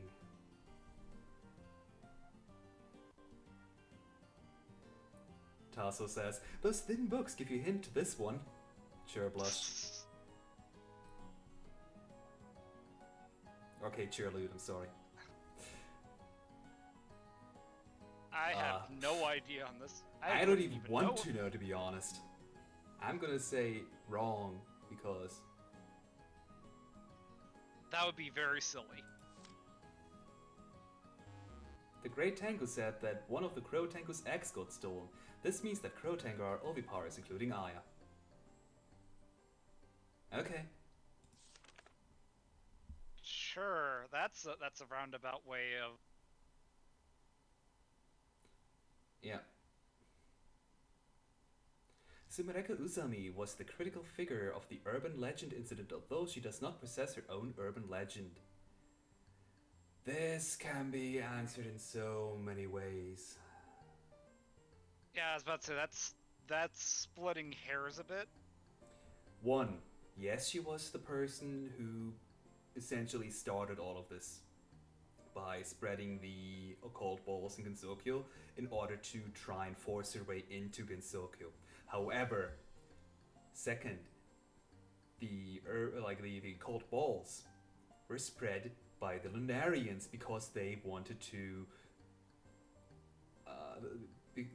essentially evade Gensokyo. I don't remember the entire purpose of the orbs for that. If it wasn't supposed to be a distraction, or actually like, their way to get into Gensokyo themselves, but it was like one of the occult orbs was the lunar capital. oh yeah. Okay, so it was to get into Gensokyo. All right. Yeah. However, whether or not she possesses her own urban legend. Actually, that's incorrect. She did gain one in Antinomy of Common Flowers. It's the doppelganger. Yeah. Which is why there are 3 Sumidekos there. One's herself, one's a doppelganger, and the last one's the dream self.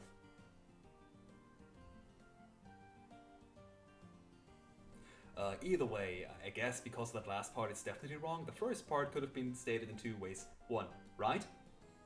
Sumideko spread everything.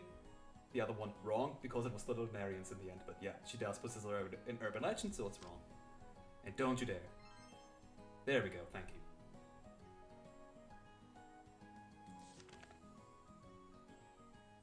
It manifests the human village enjoys an easy without any yoke. They enjoy an easy. I just thought I was just getting tired and couldn't read anymore, but no, this time it's not on me. All of my mispronunciation that come all of a sudden are because of me, but not this one. I presume it's supposed to say, the human village enjoys an easy life without any yokai influence, of which that is wrong. Yeah, it's definitely wrong. The Tanuki, the Tengu, and probably some other folks try to have the upper hand in the human village, because whoever controls the human village controls Gensokyo, so yeah, that's definitely wrong, as stated in Kasuzu's book, whatever that was called. Forbidden Scrollery. Or Welcome to Horde Hermit. Either way works.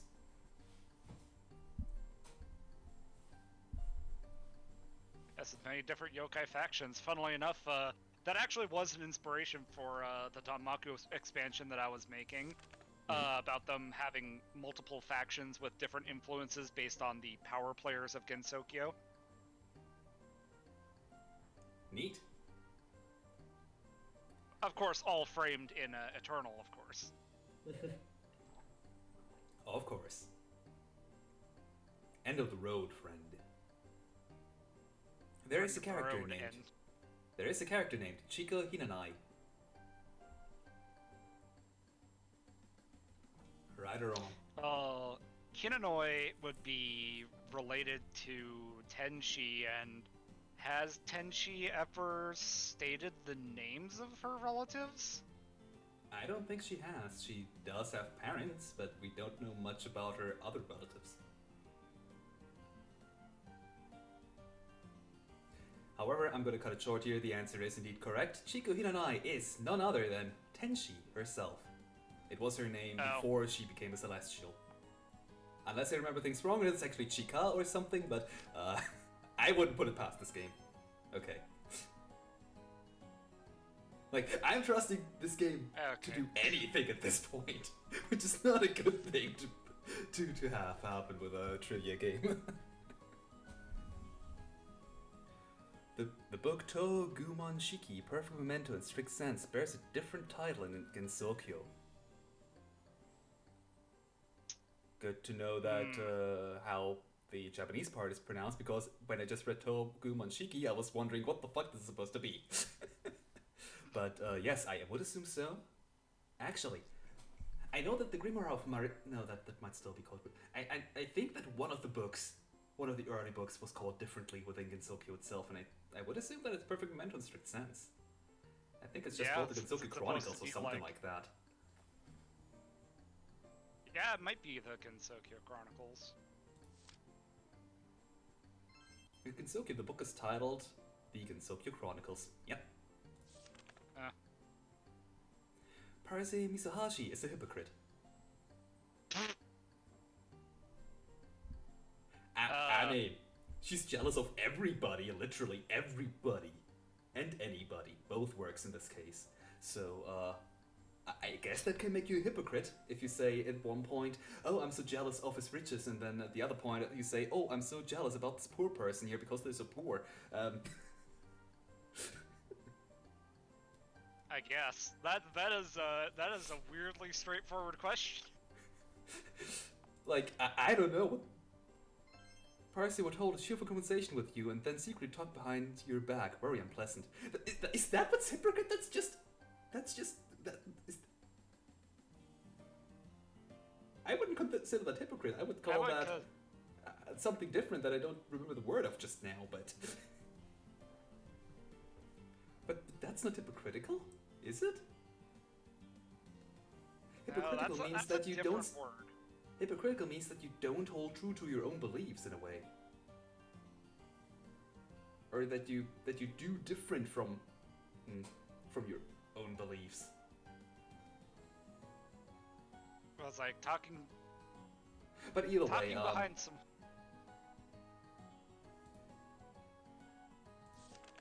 I don't know. That's trivia game. Why? Please don't. Just look up some actual trivia. That may be fairly unknown. Like the Sumereko question earlier with the urban legend. Yeah. Without the first part, like, just does she have an urban legend? Yes or no? That would have been a good trivia question. Yeah. Anyway, Tenchi Hinanai has a close relationship with Iku Nagai. Define close. She is close in that she is frequently sent out to fetch her. Iku Nagai is the messenger of the Dragon Palace. I think that's as far as their relationship goes. Yes, despite what fanworks would lead you to believe, they. I'm gonna say it's no because of that. Because I think, again, I'm gonna go on a meta level. They believe that we think of on the fandom part here because they're always so close together. So it must be right, but it's technically wrong. I think they're only acquaintances. That's why I said define close. There are no clear indications that they have a close relationship. Of the few shops that exist in Gensokyo, most of them are run by yokai. I mean, that, like... There's more shops than you think there are because of the human village. The thing is, in a world where the human village is maybe 10% of the population of the entire world that you're in, yeah, of course there's gonna be a lot of yokai shops that humans never go to because they're in dangerous areas. They get killed if they even just try to go there. So, true? But by definition, yes. Yeah. Or rather, you could also phrase this also, of the few shops that we know exist in Gensokyo, most of them are run by yokai. Because, like, they're exactly... In that case, I'd say we know 2 of them. Like, 1.5 of ones that I know are run by... 2.5 are run by humans. Kazuzu's shop? Well, it's a library technically, but Marissa's magic shop that she alleges exists. Yeah, and Korindo, which is run by a half yokai. But, like, then you have other places of business like probably wherever Nitori sets up shop. Yeah. The Bunbun Maru and the I don't remember the name of Hitachi's newspaper. The I mean, technically saying Bunbun, like Bunbun Maru, technically doesn't that literally translate to sentence period? Yes, it does. Yeah. Either way, I'm just gonna go with right because yeah. The human village has a bustling commercial district with many different and successful shops. That doesn't invalidate our point, though. Yeah. Because, like, well, yes. Is huge and has many civilized yokai. That like, go and tell me that the Tengu don't have their own, like, food shops or anything like that. Or the Kappa. We don't. Yeah, like we don't see the Tengu village because, well, It's off through limits. the lens of our protagonists, they aren't allowed there. Yeah. Like, sure, yeah, the humans have a lot of shops, but that wasn't the question. The question was, they have most of the shops. Koichi Komeiji is well-behaved and never imposes threats.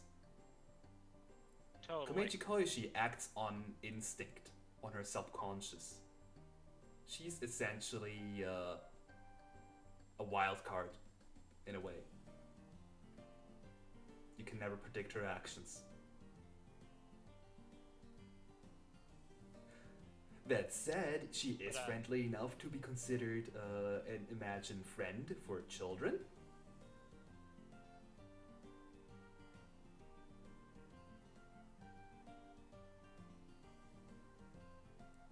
So yeah, well behaved. I mean, she did beat up Bremer because she was at the Moria shrine. And never imposed, like, never would implies that she would never threaten you, which, Koichi absolutely would threaten you. Yeah. I'm gonna go with wrong, but that's such a definition kind of question. Like, Yeah. Koichi threatened to hang Marisa's body on the palace doors and mentioned something about starting a love-stricken massacre and subterranean animism. I don't remember that, but then again, I never got to Koichi. And definitely never beat her. Yeah, like I said, she's a wild card by acting on her subconsciousness. Momiji Hirobashiri never received any official artwork. That is wrong, actually. She did receive a picture of her drawn in, I believe it was Symposium of the Post-Mysticism, involving her looking at shogi pieces, actually. Oh yeah, she didn't have any wolf ears though, did she? Yes, with Zun being still incredibly coy about whether or not she actually has wolf ears. Mm. But yeah, that's right. She doesn't have any official artwork in the games, but yeah. Oh wait, At best, she has. I clicked the wrong thing. A spray. Hey, I did the thing again where I read true and or right and forgot the double negative. The geyser during the incident is just normal hot springs with a slightly higher temperature.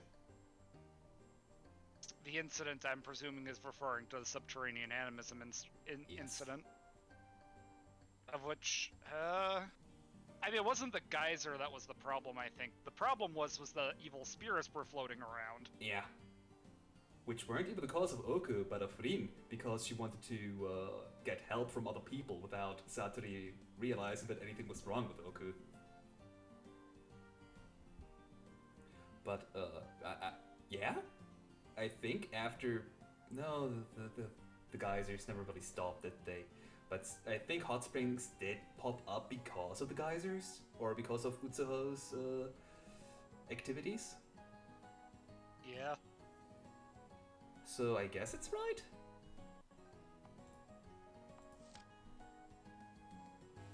During the incident, Marisa saw the geysers spout as high as Yokai Mountain. That's not normal. I mean...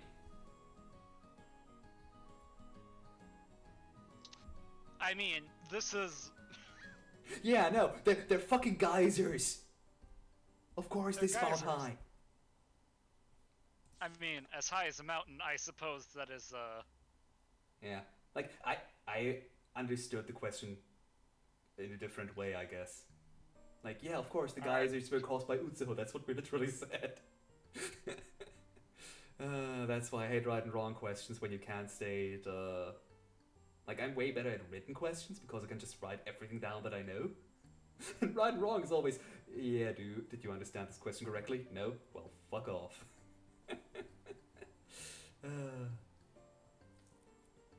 Flandre's Scarlet is locked away in the Scarlet Devil Mansion's basement. She was, I think. Was she actually locked down there? She isn't anymore, either way. Yeah, she was sealed down there for 435 years. Or was it just Flandra saying that? It might also have been Wanda just saying that. Either way, she's not locked away in the basement anymore, so... I'm going to say it's wrong because they don't have a timestamp, so I'm assuming they speak of the current point in time. Yeah, which she's allowed to go out with supervision. Yeah.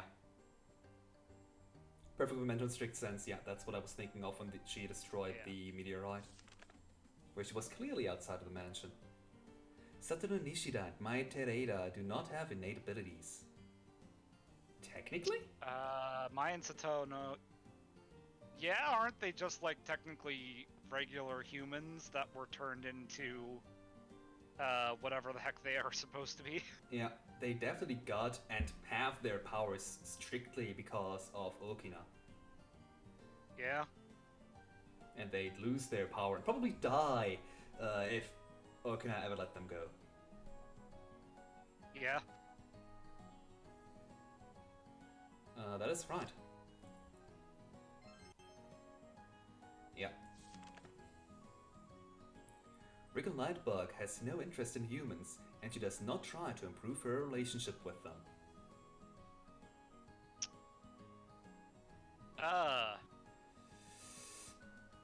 I mean, she is. She does.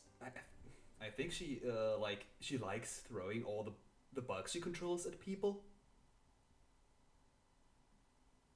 So at the very least, she's mischievous towards humans. Yeah. I don't know. This is such a alright, I don't care if it's true or wrong kind of question that. Wriggle wishes for humans to be more considerate of insects and tried improving their status with an insect news service. It failed. I guess I do remember that now. There was that, yeah.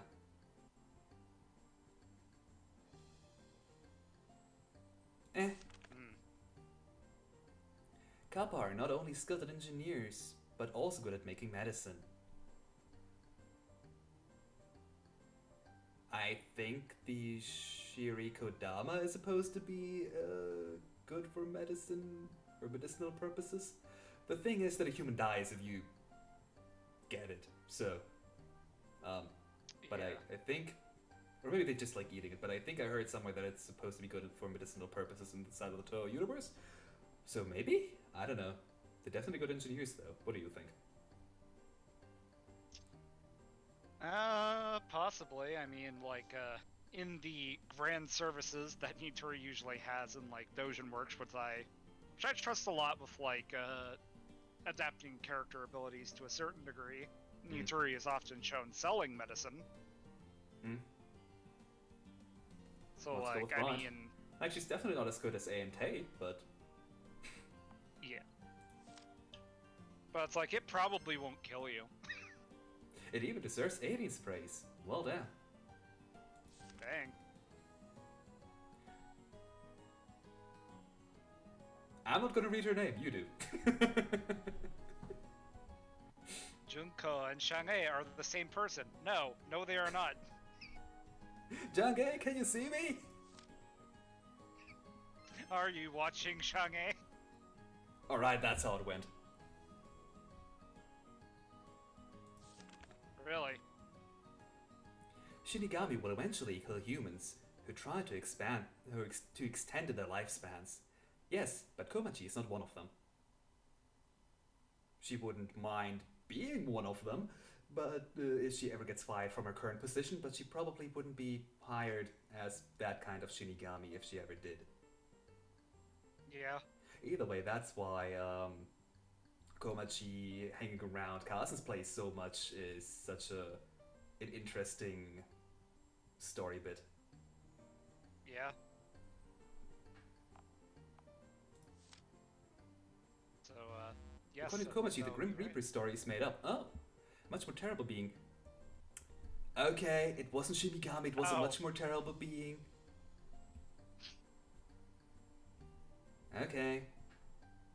But wait. I clearly remember that in the ending of Scarlet Weather Rhapsody. I think it was that anyway. It was it was the only fighter where Komachi had a story.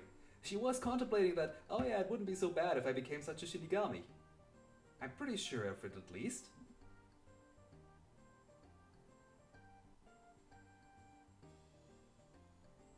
Damn. I don't have a way to prove it though, so...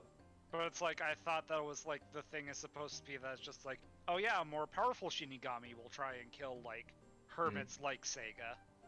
Yeah. Like, I remember the thing about Seiga, like that entire...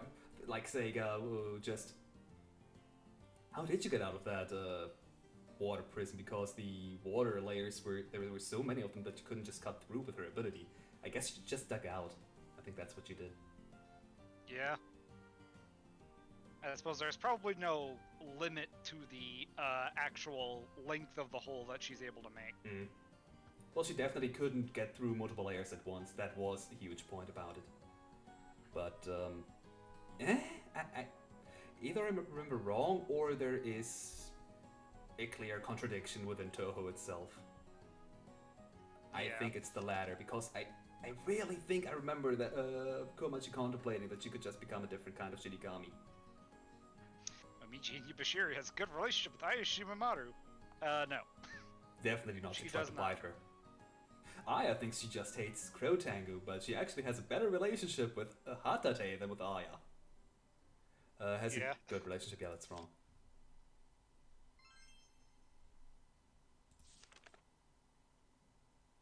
Suwaku Moria is the god of all frogs. No, she is not a god of any frogs. She just likes frogs. She just likes frogs, and she likes hopping around like a frog, but she's not a frog herself. She is a mountain god. Sagama Kishin is a type of Amanujaku. That is wrong. I believe... I was about to say, I would... Then again, I would say, didn't Sage just say as such? But then again, that's Sage that we're talking about. Yeah, I think, like, Sagami Kishin is a goddess, first and foremost. But, that's era splitting question again. Like, you could say she's an Amanujaku goddess. But... Yeah. I'm going to say that it's wrong, because otherwise this wouldn't be a question in this game.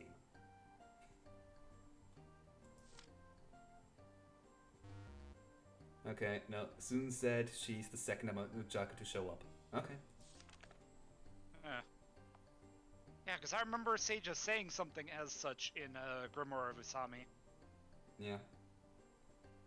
Unlike the most common yokai, Kukasa Tatara does not eat humans. God, you...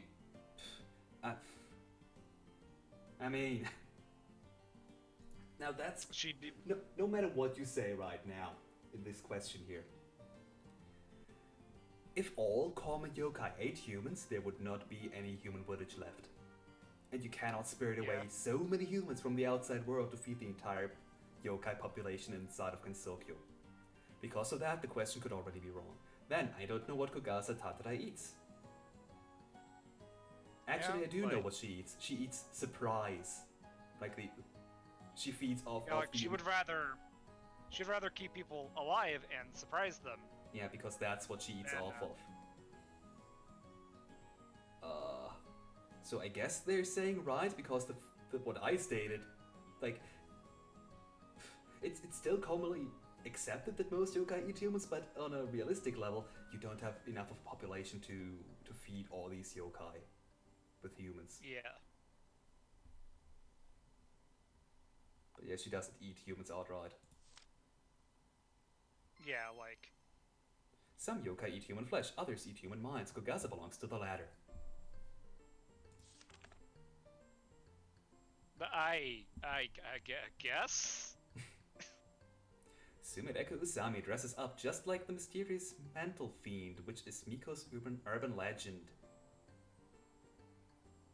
Does she? I think she's I think she's just a Chunibyo.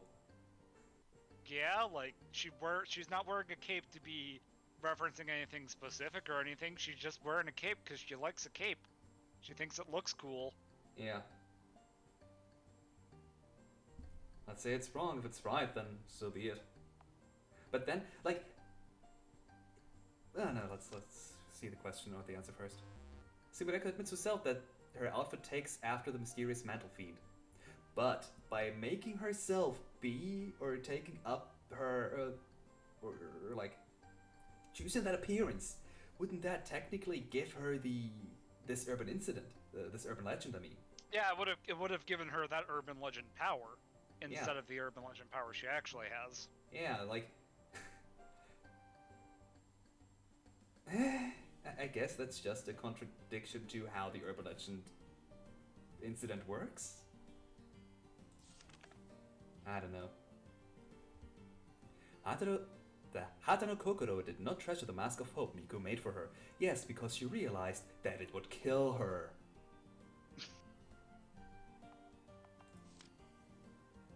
I mean, you know more about Kokoro than I do. Also, actually, I don't know what she thought of its appearance, but I don't think she liked it. Because it A looks silly, B is just Miko's face. Like, Miko specifically made it in her own image, except looking a lot goofier, to give herself a boost in popularity. In a way that, this is the Mask of Hope, it has Miko's face. Oh, that must mean that Miko is Hope. In a way. To influence other people in the human village. The Pelican ship cannot move without Minamitsu Murasa at its helm. I don't know much about UFO, admittedly, because it's my second least liked game nowadays. Nowadays, it's Legacy of Lunatic Kingdom. I don't like the UFO mechanic, I'm sorry. I mean, I guess, like, in terms of it flying, probably not without Murasa, probably. Yeah, let's say right. Minamitsu mentioned that the ship has an auto-drive mode. Okay. Actually, I think... Didn't she say that to Marisa when she essentially invited her to get to Makai whenever she wants? On it. Yeah. But I feel like... no, what does give the Pelican ship the power to fly in the air anyway? Is that ever mentioned? Was it the pagoda? No, you find the pagoda later. Because that's what's used on Seal Byakuren, I think. Yeah. Nasrin actively goes out to search it, and then returns it to shore. And the Pelican ship is already flying at that point. Actually, didn't she have it? No. She had it in stage 5. Either way, Toyosato no Miko always has a tangerine ready to give to her opponents. Tangerine? Tangerine orange. So it was an orange, okay. Yeah. What? It's like a tangerine is like a slightly smaller orange. I'm mostly confused about why would Miko have that? Yeah, why would Miko just like, here, have an orange? This seems so bizarre that I'm gonna assume it's right. Are you okay with that? Yeah, that sounds so bizarre. It's like, sure. That sounds weird. Again, the same thing, like, do they have a source for not having this strange thing? So there was no other way but this to be right. You can choose between red mantle and blue mantle. She'll give you a tangerine when you say yellow. What? What? Okay. I think that was merely her joking, but okay, if you say that this is in fact true, like, again, this game likes taking jokes for reality. Nemuro Sakata will kill anyone she invites inside her home. Close.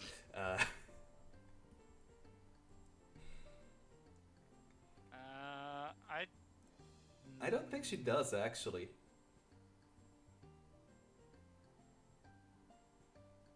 I think she's actually way friendlier than she lets on, except she does drive people away from her home. But I'm not sure on Yeah. her. Like the new hoes, which is, well, anything from Troll 16 onwards for me anyway. I don't know much about them. Heck, a lot from Rolk onwards, actually, even. Like, my cutoff point for knowing a lot about Touhou is double dealing character. But, yeah, like I presume say it's wrong. like a thing of just like. Yeah, because it's also like if she invites you in her home, it probably isn't to kill you. Mm. I mean, she would is rather- a mountain hermit, like, I don't know. This feels specific enough that it's right, but at the same time, I don't think she's the kind of character. Especially since in the games, the characters are usually really friendly. Yeah. All of the Also real because they outright, all of the outright cruel stuff happens in the manga. All the darker stuff, in a way. Yeah, I say wrong, you? I would say wrong too. Like, she'd be more willing to drive you away to kill Mhm. you than inviting Yeah. you into her home to kill you. Yeah, that's true. Memento scares adults away back to where they came from, and she raises lost children into upstanding individuals.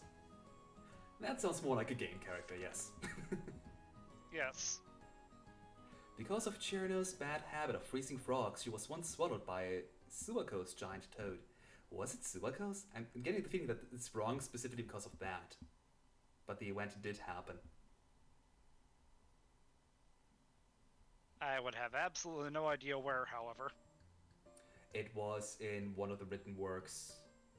I think it was in Aki's book in strict sense.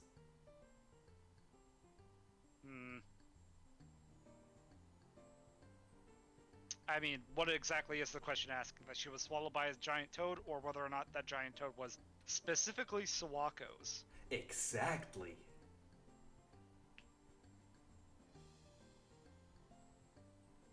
I'm going to say right, I feel because like- at the very least we're right with the giant toad part. Yes. Bohemian Archive in Japanese read. But Suwako had nothing to do with it!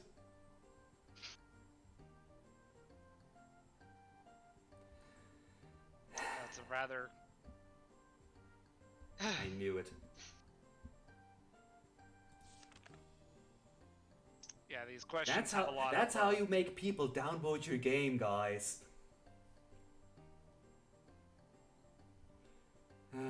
Objects that are made unidentified by Nue Hoju may not be re-identified again. They're made You know, I've... unidentified through the seeds of whatever they were called. But I think once the seed is taken away from this object, it becomes normal again, I think. That sounds right. I don't know. Hatare was able to identify Nue, who was rendered unidentified with her ability. The giant alien flying with the UFO was Nue with a floating wooden vessel. So yeah, I guess we were right. I guess. But this is such an empty being correct. Like, it feels so empty being correct here, because we didn't learn anything. It was just, okay, what do you even want from us? Yeah. Anyway, we're at the 2/3 point. Alright? Unzan, as a foreseeing Yudo, is still trying to deceive humans in Gensokyo by disguising himself.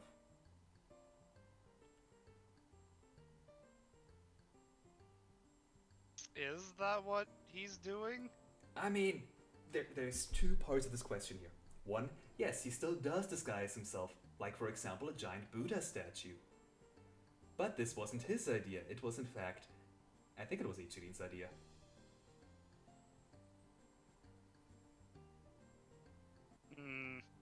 Either way, yes, he does disguise himself. No, he's not necessarily doing so to deceive humans. But I guess he does do that by definition because he's disguising himself, so...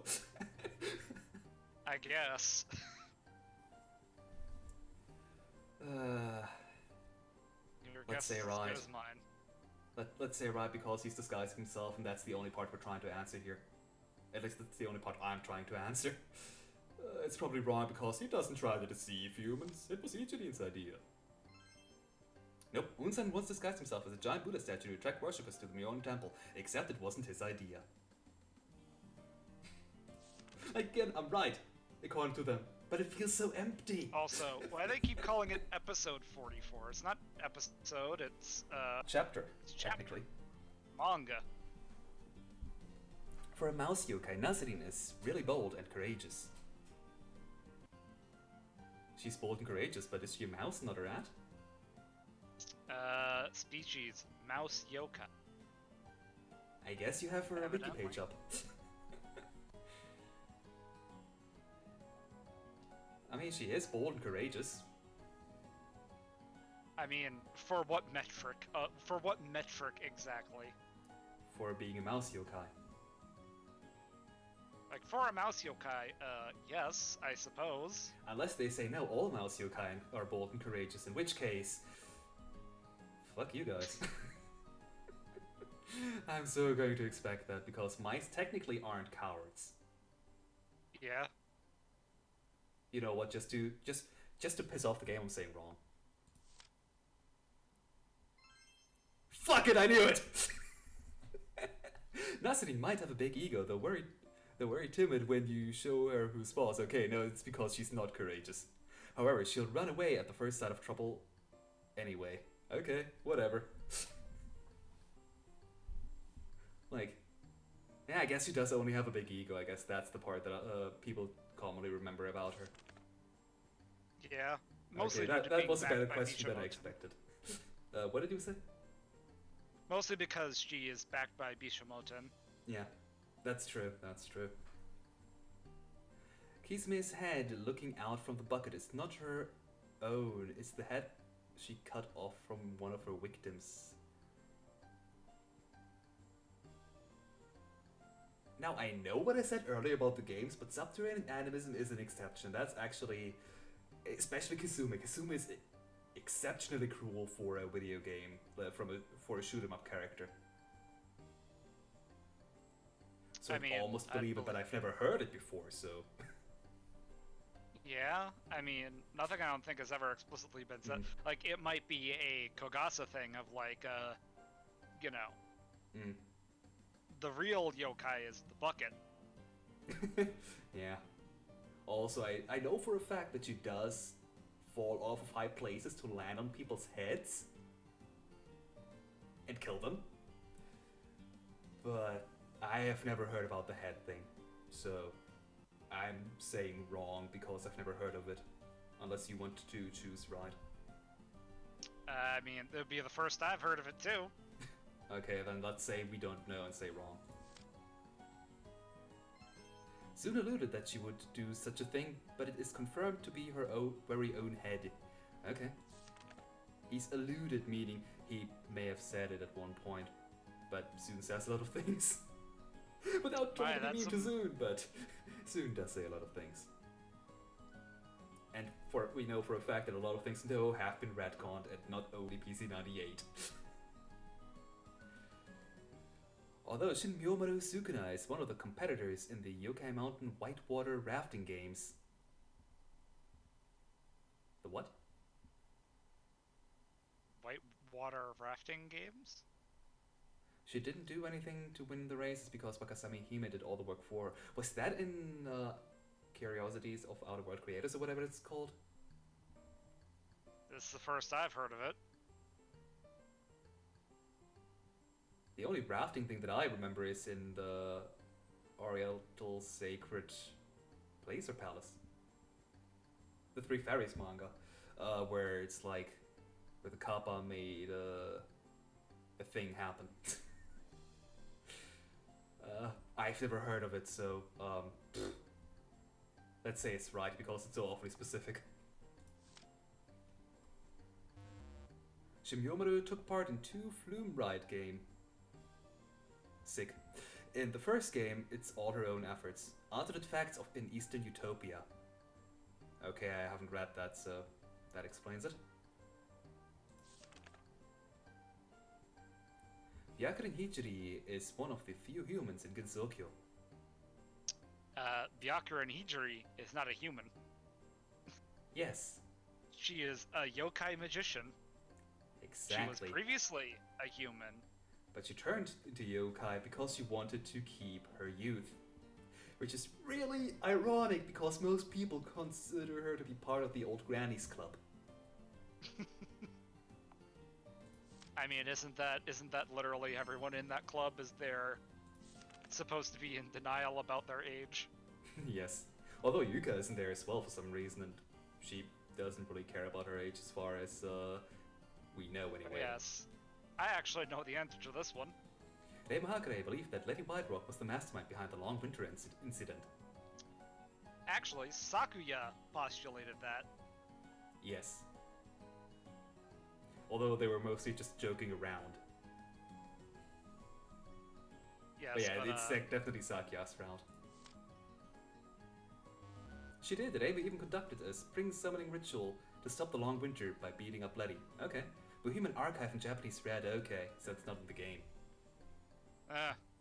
Yeah, I specifically remember the dialogue where that was. Sakuya is just like, oh, what luck, I found the mastermind. Because Letty herself said that she is the mastermind. All playable characters in the official shooting games have their own themes. By definition, yes.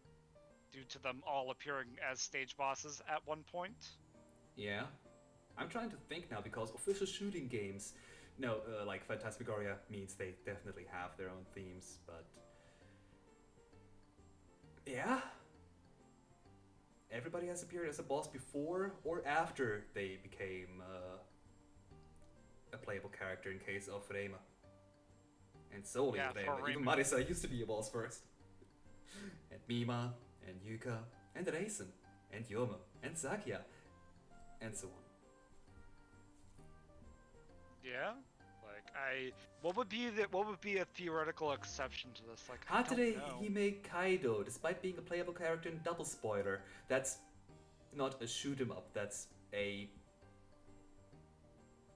What are all the games called? Yeah, I believe everyone calls them photography games, but... Yeah. I mean, you could postulate that Double Spoiler, as in the song Double Spoiler, is Hatate's theme, And that. Because she is a boss and it plays in the background. Yes. Before the Four Seasons incident, only Yukari Yakumo knew about Okina Matara. No, actually, No? I believe that Kasen also knew about Okina, but she doesn't like talking about her. That, and yes, Okina made this incident to cause a huge scene to make people remember her, but that's the thing. Remember! She was not before that. Also, she's one of the sages that made Gensokyo, which means, by definition, several other people know about her. Kazen Ibaraki was also quite familiar with Okina. So yeah, at least one other person. Although Gensokyo itself is part of Japan, you can find ancient Chinese coins there. I think that was in one of the manga. I'm pretty sure. Yeah, also can you, find such things in Meohiga? Yeah. Reima did find ancient Chinese coins buried behind her shrine. Huh. Not a single sea creature lives in Gensokyo. Wakasagi Hime? That's oddly specific. Wakasagi? Princess Wakasagi? If you don't consider her a sea creature, then what? She's a freaking mermaid! Also, there are various things that live in the various, that also live in the various lakes. That too, if you consider them animals that live in water, sea creatures, which is technically by definition true. So, wrong. Yeah. The Manzairaku seal, which the Kappa keep as a pet, is a sea mammal. Also, what about all the grilled lamprey that Miss Jess sells? That lamprey must come from somewhere. Yeah. You don't need a source for this. just by pointing Also- at various different characters and concepts, you Also, know that. various Touhou characters, I'm pretty sure, are shown as fishing. Like, for example, Shinmyomaru Sukuna. In some aspects, Kinsokyu's science and technology are way more advanced than the outside worlds. Yes, including of such things, a successful cold fusion reaction and also a working nuclear reactor, even though it's rather expensive to maintain. Also, a propeller backpack. Also, propeller backpack. Thanks to divine power, the Moria Shrine has acquired nuclear fusion and technology even the modern world has barely even scratched yet in 2018. Yamame Kurudani is a very popular yokai in the underworld. Wasn't there like in fandom at least, there's a thing going around about idol Yamame. I don't know why, so maybe because of that?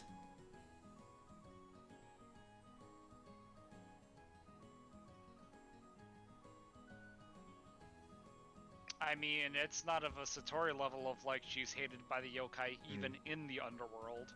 True. So she doesn't. You first? Like, people, I suppose, like the yokai of the underworld don't actively avoid her, I guess. Yeah, that, and while she does have the ability to inflict diseases, she rarely ever uses that ability. I think she doesn't even like her ability. So, yeah, I guess she's popular. Maybe. I guess. Once again, for a given definition of popular. Yamame is a skilled architect. That I did not know. And always willing to lend a helpful hand. This makes her very popular. Like, see, these kinds of questions are good ones. I mean, she is a spider after all. Yeah, I suppose that makes sense. And she's an oversized one of that, so her threads are probably really sturdy. Yeah, like these questions, I do like these questions that are just... It's something simple. You have a clear source for it. There's no way arguing around it. Real Scarlet owns a spear called Gugnir. No, she doesn't. She has a spell card named it, but in reality, it's just a gigantic arrow-shaped blast of energy. She doesn't even have a spell card called that. Gungnir. It's Spear the Gungnir. The spell card or the energy she creates is called Spear. I'm sorry, I couldn't resist, but yeah, it's technically wrong. Yeah. Because she doesn't own any weaponry of any kind, actually. It's merely Danmaku in shape of a spear. Chen is Ran Yakumo's only familiar.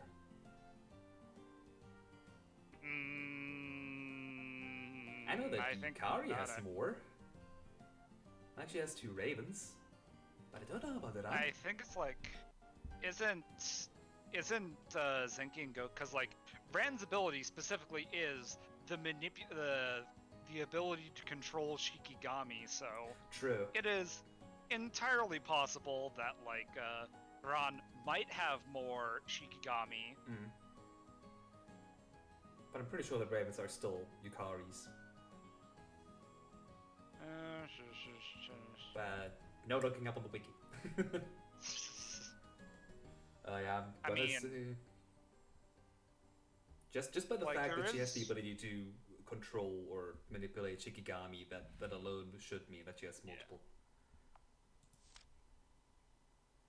Like her ability is using Shikigami. Marisa comments on how many slaves she uses for her spell cards. Even more surprising is that Ran is a slave herself. How does that prove that she does not have Shikigami? Yeah, like she has many different sources for her bullets, which are what Marissa calls slaves in her Danmaku, but like, are those specifically Shikigami? Does it even matter? It's not stated that she doesn't have more than just Chan as a Shikigami. So, by that alone, you cannot say that she doesn't have more, that this question is wrong. You could even say that Yukari probably doesn't Yukari probably has more Shikigami than just Fran. And Soki and Geki, or whatever they were called. Yeah. But yeah, I call, like, no, that's not a valid argument. Even if I had said the most bullshit answer as to this question as an answer, your explanation here would not have disproven anything. Yeah. It's missing the mark. Like, Scarlet we Mist don't know incident that only those lasted slaves for are a few Shikigami. days. I don't think it was actually a few days. How long was it?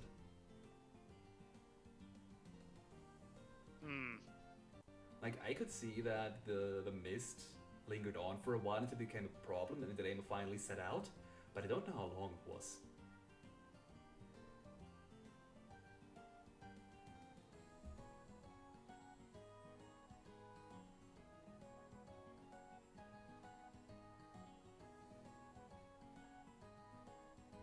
I mean, it technically took place over the course of a day because she had to go to the Scarlet Devil Mansion at night, but I'm not sure over several days. But that usually is how incidents operate, is that they technically begin a little bit before the game happens due to that, and the mist first had to travel to the human village. Like, it's still mist in the end of the day. Yeah. So I So I suppose by guess- definition it lasted for a few days. Yeah, like it's definitely started out hanging around and over the Scarlet Devil Mansion for the beginning, and then it started spreading over some time. But I don't know the time period. But I guess it's wrong, right?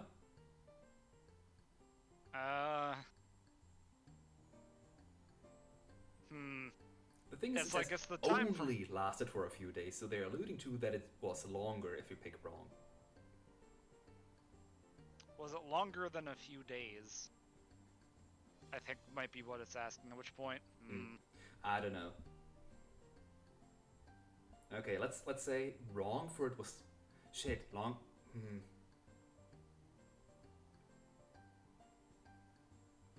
That's the thing. What do you think? Was it more than just a few days, as in more of a week or more, or was it shorter than a few days, as in a single day? I don't think it was a single day because, again, that mist would take a while to spread. Across over Gensokia, which is large. Yeah. Larger than you think it is. The reason that that we see Reimu and Marissa get places so quickly is because they don't have to travel on roads. They can fly to wherever they need to go. The straightest point from A to B is a line, usually through the air. Yeah, I'm just gonna pick wrong and see what they say. Like, at this point, Yeah. choosing the answer here doesn't even matter. We have given our statement.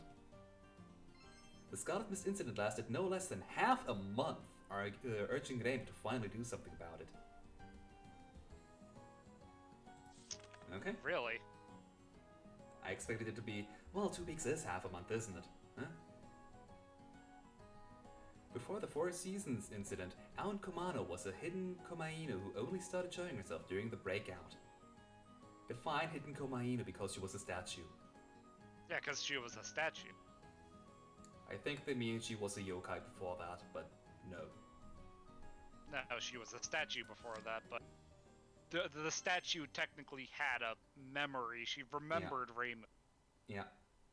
Aon was given life by Okune during the incident. And was allowed to continue living after the incident. Yes. Hekatia Lapislazuli bears no grudge against Shange. She simply wants to help Junko because she's her friend. That's right, I think. Believe that. I think doesn't Hakatia have her own motives of Shange, namely that she hates Lunarians as a whole because of their insult. To, their existence is an insult to hell, basically. Yeah. But she's also friends of Junko, if I remember. This is one of those things where it's just like, it could technically be right on one point and wrong on another. That and one part of her sending Junko out was not only to piss off the Lunarians, but also to get clown piece into Gensoku for her own plans. Like it's more than just a It was black more and white than situation. simply. I suppose it's more than just she simply wants to help Junko because she's her friend. In the same way that Yeah. perhaps you could say Vermilia had Pacholi fight the heroine because she's her friend. Yeah. So in that case, it's wrong, right? Yeah. Hikatia has good reasons to hate Change as well because her husband shut down the suns and caused hell to come brighter. Okay, let's go with that. Know, but Yeah. sure. Like we listed, there's a lot of different reasons why she helped. But she also helped because Junko is a good friend. But not only, yeah. That's the key word of this question. Yeah. Which I overread. Toya Satomi Minomiko once sold a statue that supposedly can prolong one's lifespan.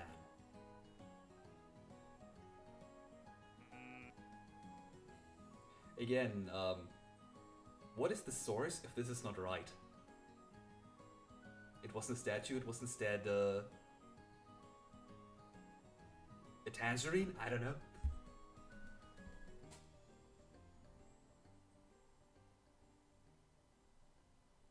But I don't remember that. So technically I should be picking wrong. I don't remember anything like that. Like, that's so weirdly... Like, I mean, hermits aren't above tricking people into buying metaphorical and perhaps even literal snake oil, but... Yeah. Like, it doesn't matter what we pick here, we didn't know it either way. But let's say right because of game logic. Because, she did sell a statue of 4 monkeys that prevent worms from escaping your body and snitching your sins to the Yama. However, no one knows if it works.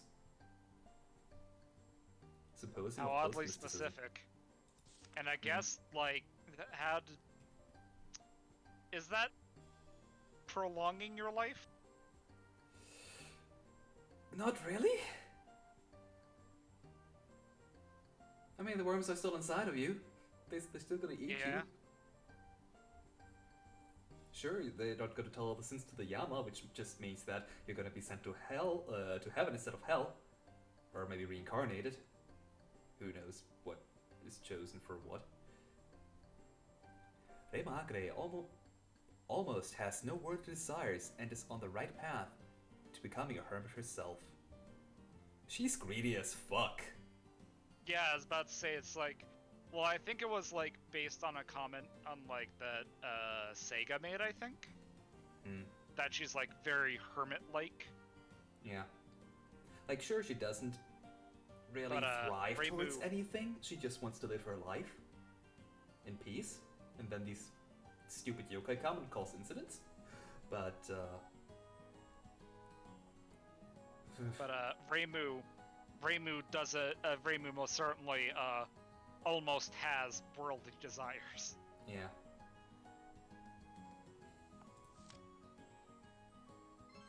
Reima has worldly desires, tons of them. However, they are all completely human, natural, without malice. Well, I'd hope so from the heroine of the series. Kappa water yokai, however, since their machines are not waterproof, they always worry about flooding. Isn't it a thing that all of their machines are specifically made waterproof? Yes, as I'd say, wasn't that a thing that Nitori always like boasted about? Like, yeah, like that's about the first, like, when you ask her about features of her machines, that's probably one of the things she'd always boast about first and foremost, because, well, to the Kappa, of course. Serans and Reisen's names share the same theming since they're both named after Japanese World War II fighter planes. I could believe it. I mean, Reisen is the German word. Is the German word Reisen, which means to travel. Also, I think I heard something about fighter airplanes in relation to the moon rabbits. So Yeah, I believe it. it. Although raisin might still not actually be named after the German word, but you know, just want It's to point similar enough that. it out. Yeah. Soon had no intention to name them after planes. They're only supposed to have Chinese-styled names. The rest is pure coincidence. In the end, they're still, well, I'm guessing, like, the question, I guess it was asking, was it Zun's intention, of which, Yeah. golly gee, we got no freaking clue. Kagero Imaizumi is a European werewolf. Are there any other werewolves? Technically, she's a loup garou, which, like, Translates is French, into werewolf. I think. Like, it's specifically, like, a type of French thing, because, like, garou is, is, like, garou is actually, like, French. Mm. The thing about werewolf is, though, that wer is an old German word for man. And loup garou, or garou, or I don't know how French pronounce their R's. Every single language has a different R, it's maddening. But yeah, it literally translates into man-wolf as well, if I'm not mistaken. Yeah. I think the loop part is the wolf, but I'm not sure. I never studied French, I instead studied Latin, because Well, why like, would I know that... Why would I want know to that- study the language of my neighboring country that I don't like? I don't like the language, I'm like, sorry. Specifically, I remember that because, like, that was, what was originally, like, the pass of the translation of the werewolf units in, Fire Emblem Fates was garou. Okay. I forget whether or not they actually got one in the proper English translation, but, that is what everybody went with, was garou. Makes sense. But, Anyways, we're getting off track of the question of... But that's so much fun, European that's the most fun part about the stream. just chatting about weird random stuff that's partially related to Touhou. But, I mean... What else is she? She is a werewolf. Yeah, she's I don't a care about werewolf, the but, like, European. No, she's an American werewolf. a werewolf from Kagero London. might be a werewolf, but she's based on the Japanese Honshu wolf. Okay, so what I expected this to be. Eternity Lava has a secret. Just one though. Just one singular secret. She has a secret. I suppose that secret is that she's actually a horrifically powerful god. I'm guessing Possibly, yeah. that's what it's supposed to be. Yeah, I'm But assuming so as well. Technically, you could interject any Touhou character's name that they have a secret. You're technically right. Yes. Soon once said she's a fairy with something mysterious about her. Also, according to Okuna and Kirno's ex-sprout, Larva might indeed be a Tokoyo god. Yeah, that was the thing that I specifically remember of just like, Zun, you wouldn't hide a very powerful being in an innocuous stage 1 boss, would you? Hina Kageyama is said to be the god of misfortune, but she's in fact a yokai. That's a good point, actually. Isn't she as much of a god as Minariko is? I don't know. Like, she's a Hina doll in the end. Like, would she technically be more of a Tsukumogami than a god? Or more of a Tsukumogami than a yokai, if you say they're different things. But nah, Tsukumogami are yokai. But yeah, she's a Hina doll, a Hina Ningyo that became a yokai. So I guess this is technically right. Unless I'm overthinking this since she's still a god. But then, as we said at the beginning of the stream, then we technically have 2 gods of misfortune. I'm gonna say right. In Gensokyo, yokai and gods are nearly indistinguishable, so it makes really no sense to discern them except that, well... Anyway, since Hina doesn't seek out any fate, she's as good as a yokai. I suppose that's true, yeah. because that's the huge difference between gods and yokai, that gods need faith in order to live, and yokai just live through being acknowledged that they exist. Yeah. Which technically is faith as well, isn't it? But gods become It's more powerful technically through faith. but it's like, you don't have to be conscious of your, quote, faith in yokai to believe in them. Although, that brings up a question. How do people, like, the the Yorigami sisters are gods? No, I bet that nobody has, well, no, people have faith in Joan at the very least because they mistakenly think that she's a benevolent god. Yeah. A god of prosperity. No, prosperity. Whatever. She gives people money. Yes. It's getting late. Or rather, she coerces people into spending irresponsible amounts of money. But that nobody realizes that. The Shanghai doll is the only doll that has appeared visually. What? That has been given a name, of which, no, there's the Goliath doll, which absolutely has also, been given a name and distinct appearance. God, I know, or I think, the various different dolls you encounter in Perfect Cherry Blossom, and even in on Double Spoiler, the other one. Shoot the bullet. Exactly, Shoot the Bullet. We've seen different colored dolls, like there are red dolls, for example. And I think there are green dolls as well. Like, I'm pretty sure that Alice uses different dolls for her Russian dolls, London dolls. And the only ones that have the same color are the Shanghai and Horai dolls, because Horai doll is just an upgrade of Shanghai doll. Yeah.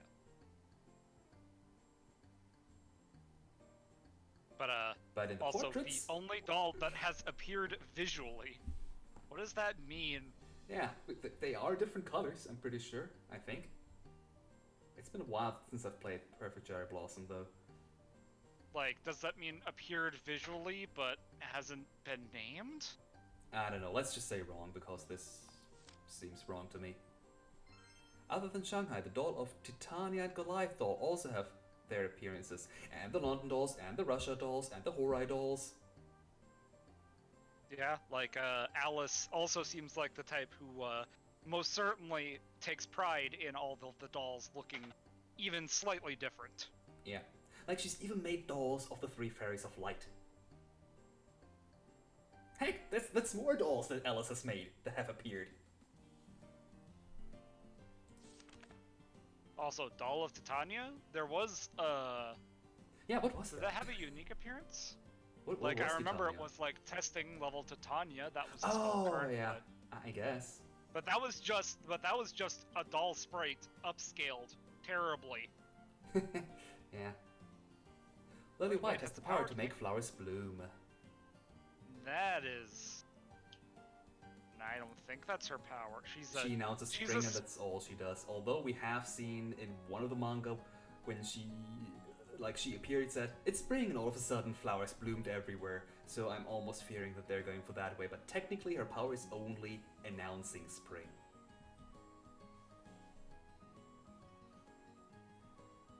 But then again, fairies are incarnations of nature, so you could argue for either way. This is another one of the bad questions. Yeah. I'm gonna say wrong. Like... If you give her a flower seed, she will happily make it bloom. That's why she's liked by flower shops. Perfect Memento in strict sense. Touché, I give you that one. That probably could be a thing that you could easily miss in a character bio like that. Yeah. I was afraid that they were going for one of the manga scenes. But yeah, that's even backed up in universe through a testimony. So, yeah. Metis Melancholy was born with the power to control poison. Is it actually controlling poison? Isn't it more like she was a ventriloquist doll that eventually ended up in a field of Suzanan dolls? Not Suzanan, or what? Flowers. Flowers, yes. I said dolls, didn't I? It's Suzunan. Flowers, but yeah, it was Suzunan, I think. Or something. Something along the lines of that. Because of that, her doll familiar is called Su-san. And don't you dare translating it as Miss Sue. That ruins the entire pun. Anyway, yeah, she has been made alive through poison, but I don't think she can control poison per se. But then again, she can make splots of poison appear on her opponent's field in Phantasmagoria Flower View, so either one is possible. It could just be a thing of like a majority of when you list the Touhou character's powers, the manipulation of X. Or power of X. Power to control X. Yeah. Like I said, the manipulation of it, which has a good amount of gray area in it that allows Touhou characters to get away with truly ridiculous things. Yeah, like I'd say she has the power to spread poison. But like, she couldn't, like, say, if she spread poison, she couldn't just say, oh, whoops, didn't mean to do that, and back into my hand you go. That's not something she could do.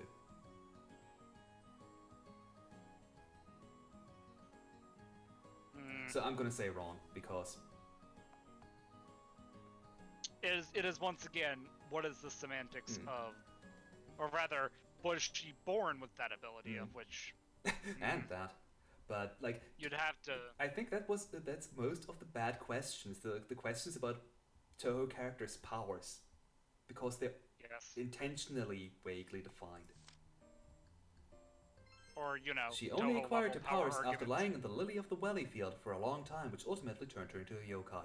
So, they're still going with she can control it, but she wasn't born with it, except she was born as a yokai through lying in a field of poisonous flowers. So, this question doesn't make sense whatsoever. In no way.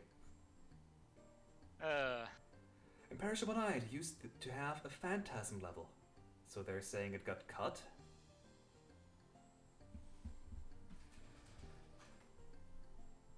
I don't remember anything about this. Like, it's definitely not in the game, which is why they say used to have. I'm assuming they say it was supposed to have, but then soon cut it for some reason. But it definitely has a lot of last words. Yeah. I'm gonna say... Is this even really trivia about Touhou? Well, I guess technically on a really literal level, but... Like, this... I guess you could postulate that ending A and B where you fight either Kaguya or Eren. You could say that, like, you could in theory postulate that perhaps Kaguya was supposed to be an extra stage. Or Moko in that regard. Like, Kaguya being extra, Moko being phantasm. Let's go with right, but... I don't know. The beta sprites indeed had the hidden 16th Night Phantasm level, but it soon disappeared in the late beta and official game. Alright. Huh. Tei Inaba looks like a young girl, but she's thousands of years old. That is true. Yes. She's probably one of the oldest Touhou characters. She, and of course, playing into that type that technically a lot of Touhou characters have. Of being unrealistically younger, way younger than they're supposed to be in terms of year. Marisa Kirisama also gets things stolen from her. Sega! Yeah. I think she stole from Marisa anyway. I mean... Saki? Oh no, it was Sakia, right. Saki once tried to steal her mini Akira, which made her upset. She said she'd give it back later, but it was obviously a lie. I mean, you also could be forgiven for mistaking her house for just an abandoned house in the woods. Yeah. Sumereko Usami and Kazan Ibaraki are good friends. Amongst the many characters that Sumereko made fast friends with, I don't think Kazan was one of them. Okay. I'm pretty sure like she made Sumideko, you fast can call her friends. Kazen-chan, and she shows her all-around Gensokyo. Okay. An antinomy of common flowers. Okay. Like I know she made fast friends with Moko, Mm. Runosuke, and Sukuna, but Has she really made friends with Sukuna, or does he just want to take her as a pet? I mean, you could say at the very least, she isn't. She certainly isn't scared of her. So you mean it's a one-sided friendship? Possibly. Like, I know that in Antinomy, Sukuna is very much afraid of Sumideko reappearing. A meteorite almost hit the Scarlet Devil Mansion, and then Flandre broke it. Yep. That was in one of the Bohemian yes. It was a complete coincidence that the Mioran Temple was built on top of Satomi Minomiko's resting place. I believe that actually was correct, that it was an actual total accident, unknown even to Byakuren, and even though, given their relationships, you could swear she did it on purpose, but she swears she really didn't. Byakuren did not know. Kanako, who recommended that place, did, though.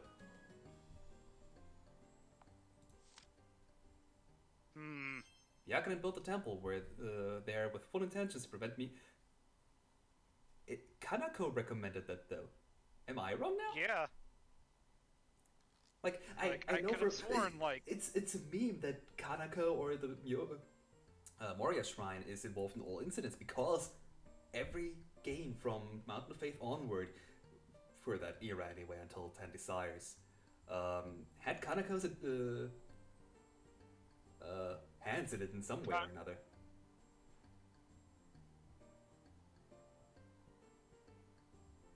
Yeah. But like, I thought it was in fact a complete accident that Byakuren built it there. Yeah, that's what I'm saying too. Byakuren did not know, but Kanako did. Like, wasn't it in Symposium of Post-Mysticism that she said it was a complete accident? But and it technically was, I mean, it was someone's doing that it was specifically built there. Yeah. And to get back to the Moria Shrine conspiracy, in Mountain of Faith it was obviously the Moria Shrine. In Subterranean Animism, Kanako gave Utsuho the power of the Sun God. She made her eat Yatagarasu. It's one of those Russian dolls. I like that line. Then in UFO, the geysers that Utsuho caused blew up the whatever wherever they were the called ship again. was, yeah, where the Panikin ship was being sealed, I think, right? That too, and all the things that turned into UFOs, or were believed to be UFOs anyway, were also spread because of the geysers. So that also had indirectly Kanako's hands in it. And then she told Byakuren to build her temple on top of Miko's revival or resting grounds, which then caused Miko to revive, for that matter. At any rate, it was not an accident. Yes. Yoshika Miyako is originally Jiangxi from China. I'm guessing it's wrong because she's not from China, but I don't know what nationality that poem had. But a Jiangxi is very... Well, she's Jiangxi because Sega is from China. Yeah. But like, I don't think Yoshika herself is from China. Actually, I think she can't be from China because the poet that, Kazan was a fan or even a friend of the poet that Yoshika originally was. I think. I'm not sure. Although her master's Chinese, Yoshika grew up in Japan. Aya Shimamaru's name was derived from MMS. What? Shimamaru. Backwards MMS. Maru Mei Sham.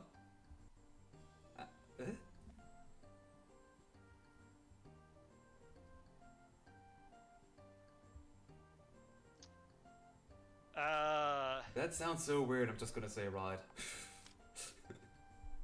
Sounds so oddly specific, MMS yes. is in Japan, it's called Shamail. Shamir. Oh. Photo mail. Because That's actually... yeah. That reminds me, I learned, I study Japan... I study Japan, how do you... I study Japanese in my free time, and today I found a really great word. So it's written with the characters ha, n, ka, and chi. How do you pronounce that? That's a good question. Like, I'm just gonna write in the chat here. I don't care. That's how you... How it's written if you transcribe it. Like, it's written in katakana, which means it's a foreign word. What word could this possibly be? Ankashi. Ankashi? Like, I didn't get it either. I had to look at the translation. Ankashi. Handkerchief? Oh my god, you actually got it! Yeah, it's handkerchief. Handkerchief, handkerchief, handkerchief, handkerchief. Japanese people love, for once, shortening words. But I guess this isn't really short and it's just one letter. That reminds me of how I learned to pronounce Yashtola's name of the way that they wrote it in katakana being Yashutora. But my... Because, like, people try pronouncing it some weird other way. Not recognizing that the first letter is supposed to be pronounced as its own syllable. Yeah. But I think... it's not my favorite shortened word in Japanese, but I just love their word biru, which is just B and R. And it's short for building. Biru-dingu. Anyway, many people wish to challenge Hongmei-ling one-on-one. I could see that being true. Yeah, of the many people that love fighting in Gensokyo for absolutely no abject reason. Challenging her is indeed a good test of your skills. Even the mistress of the Scarlet Double Mansion is said to enjoy watching those matches. Yeah? Hermits are regularly attacked by Shinigami, such as Komachi Onozuka. Didn't we have this question earlier? If they're now saying it, no, it can't be right, because Komachi Onozuka doesn't attack Hermes because she's a fairy woman. So we have... If they're contradicting themselves now, I'm gonna be mad at this game. But we have 2 points why this is wrong. 1, the story is made up by Hermits. 2, Komachi's a fairy woman. Yeah. Okay, they're going for the fairy one. So they're at least not contradicting themselves. But wait. That's not... Komachi is just a fairy woman. It is not authorized for that type of work. That type of work means that there is such a type of work possible for the Shinigami. So in this answer, they're contradicting themselves. Ah! Yeah.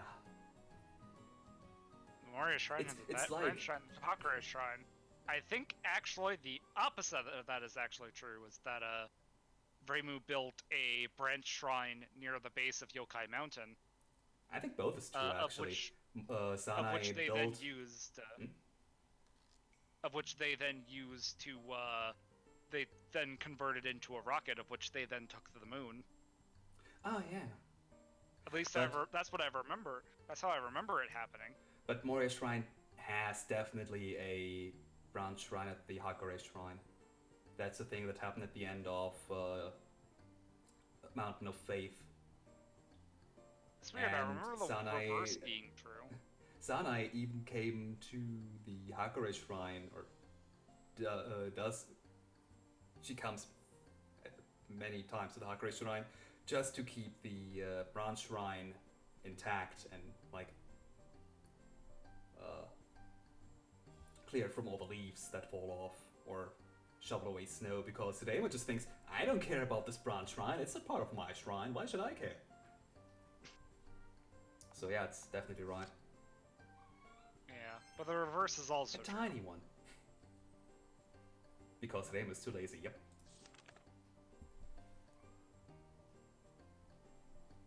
Rinkanbyo can talk to dead bodies. Can she? Can she? Actually, God, now that it's written there, I think I've read such a thing.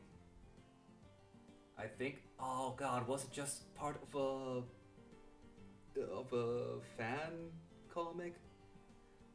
Because I think she's been called to translate for Yoshika when she, for some reason, couldn't be understood. I don't know. Maybe I'm getting things mixed up. Maybe it was just a fan manga, but I think it's true. Yeah, I mean, well, she I don't know. I primarily don't care if it's cuts wrong. Actually, no. Wasn't there like a thing of like she also like talking to dead people who don't even realize that they're dead? All that.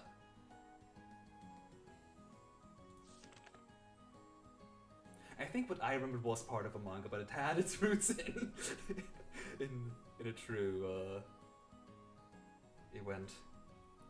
Shizuo Aki, the god of autumn leaves, doesn't use divine powers to exercise her duty. I mean, wasn't it just literally she paints the leaves?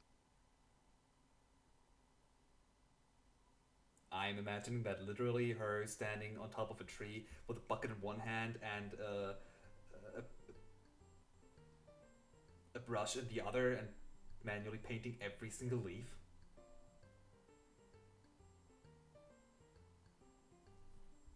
But I'm gonna trust you on that. But the question is, does that use divine powers?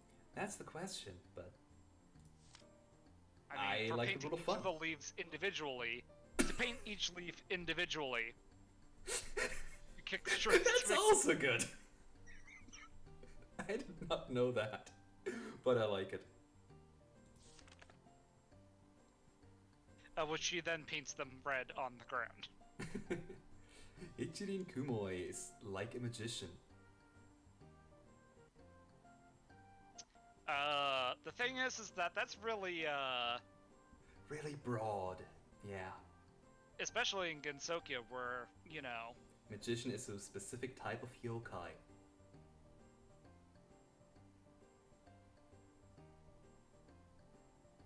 Like, it's not a magician in, like, the sleight of hand thing, because, like, she technically has... And that's what I first imagined what this question meant. I imagined her, like, with a magician's hat and stuff like that. Like, if anything, she is more, like... She's more of a monk than... I would... Of class-based adjectives, I would ascribe to Ichirin. I would ascribe monk before I would ascribe magician. Like, she's definitely the type of yokai, but I don't remember what it was. The problem here is the word like. That can validate anything we say. But I guess... like, in terms... Yeah, like, I can't imagine it, like... Nah, just answer wrong, just... I'm curious. I'm curious to what they'll justify human, it. But underwent a yokai transformation similar to magicians. That's the point.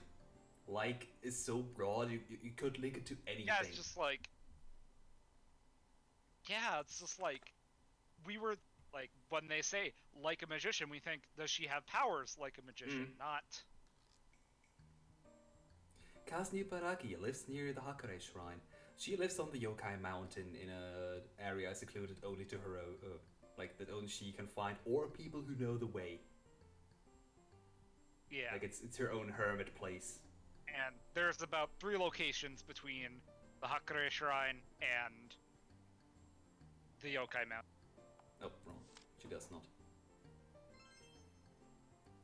In her hermit world on Yokai Mountain. Chapter 46, it was definitely stated earlier too. I'm pretty sure. Yeah. Motonobu Futo is neither biased towards yokai or humans. She treats both equally by trying to burn down their temples.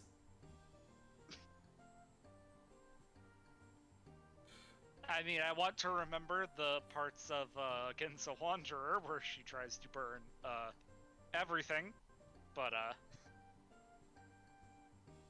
I'd almost say yes. Because she doesn't...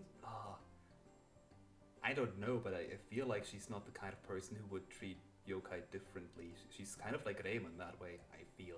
If I'm wrong, then I'm wrong, but...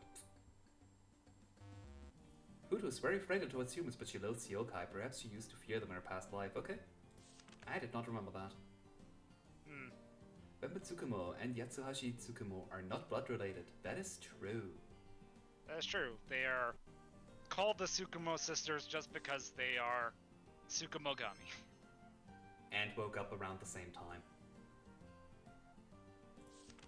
And same places. It just said here. Lily Black and Lily White are two different fairies. They are not. Lily Black is just Lily White wearing black to match all the fairies in Eiki's level.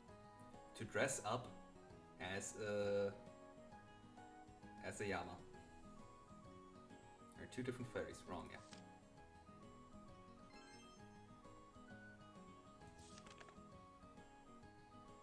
Hell finances itself through metallurgy.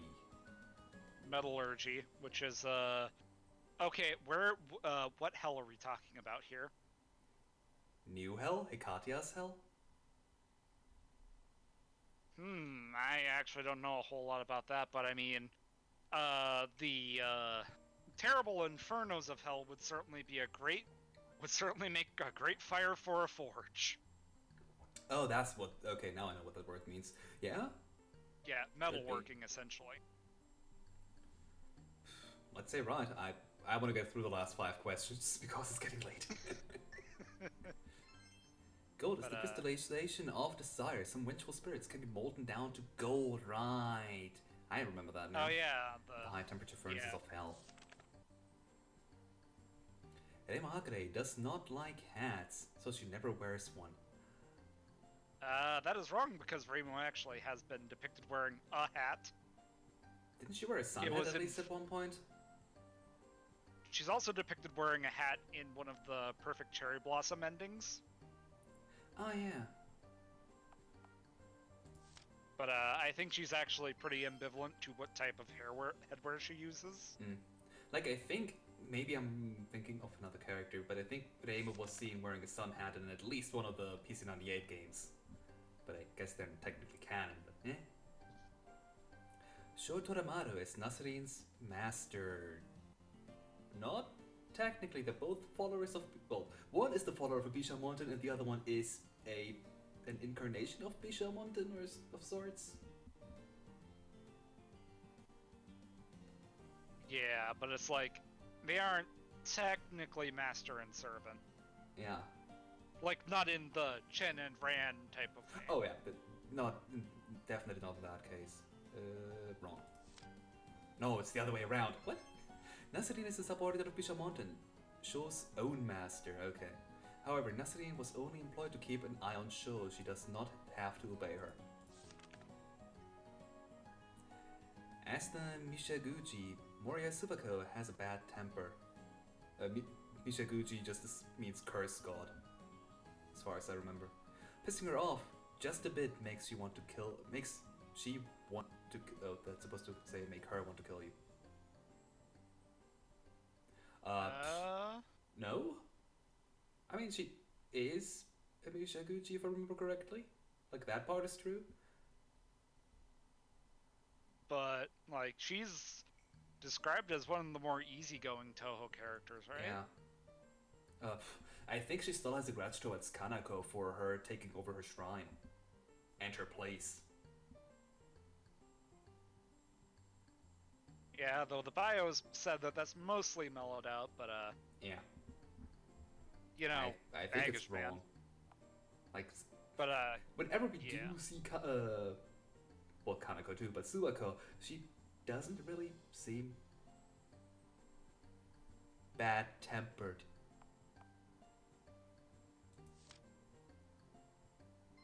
Yeah. Subako is the only god who controls. Oh, she controls it. Oh, okay. Oh yeah, that's right, because it's the serpent. Oh yeah. Okay. Kugasa Tatara does a fine job as a nanny. I think that's true, actually. I think I've read something like that. mean, I believe it, I suppose. When Kagasa heard about nannies with flying umbrellas, oh, she went and gave it a try. She can make crying children laugh and laughing children cry by startling them.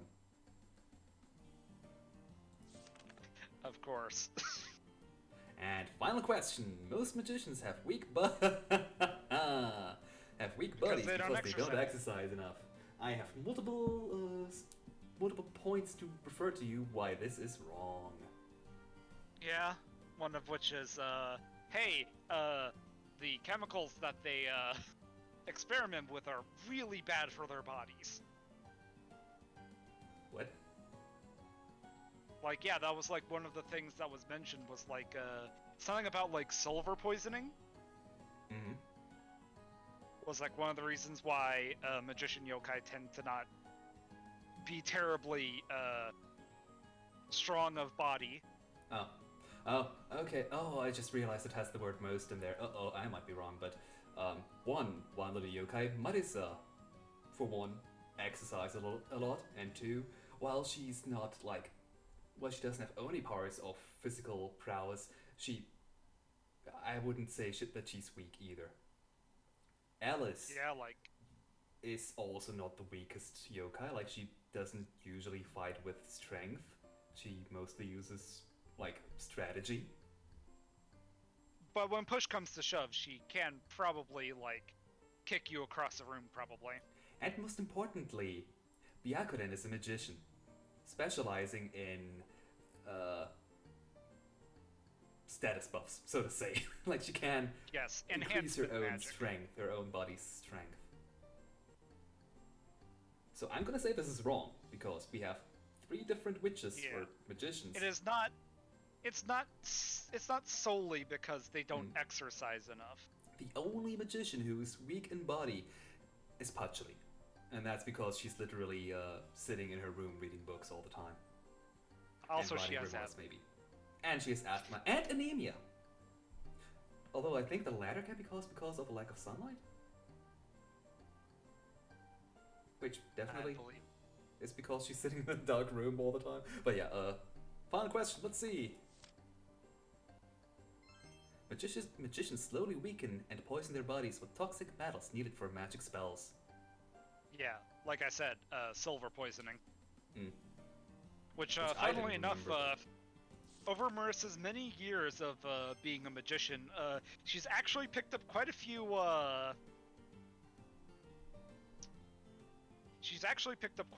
poison immunities, actually. Just a little bit of knowledge is what you lack. That and some of your questions are outright wrong, or misleading, or debatable. I'll fight you on that, game makers.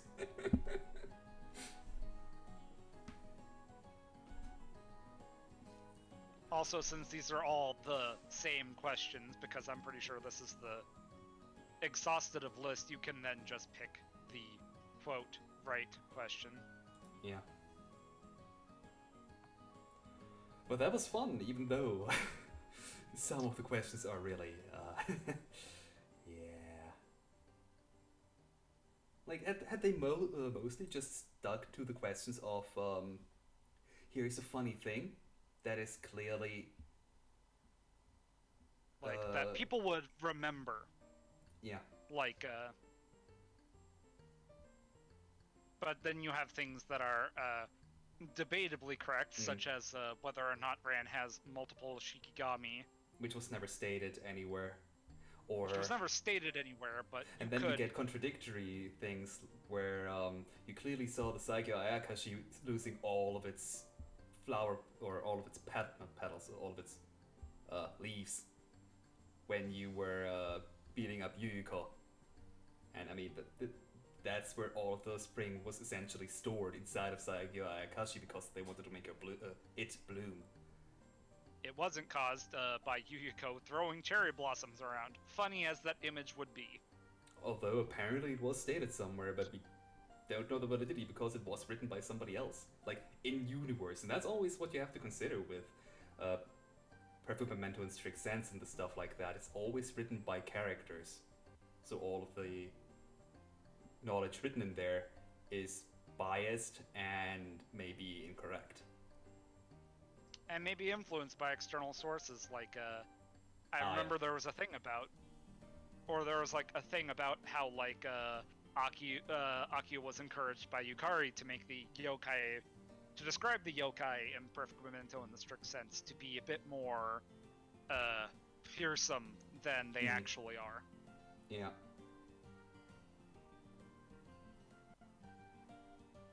Like, you know, the entirety of her entry for Yuka, which is, do not approach. Yeah.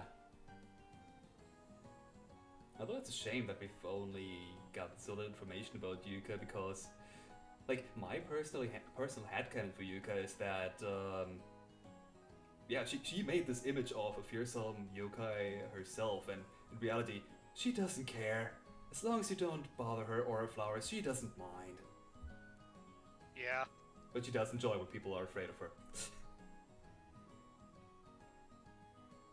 But yeah, And we also just, don't like, have enough information about her to really say anything, except that apparently she's not doing her job of scaring people well enough because she got reprimanded by Eiki because of it.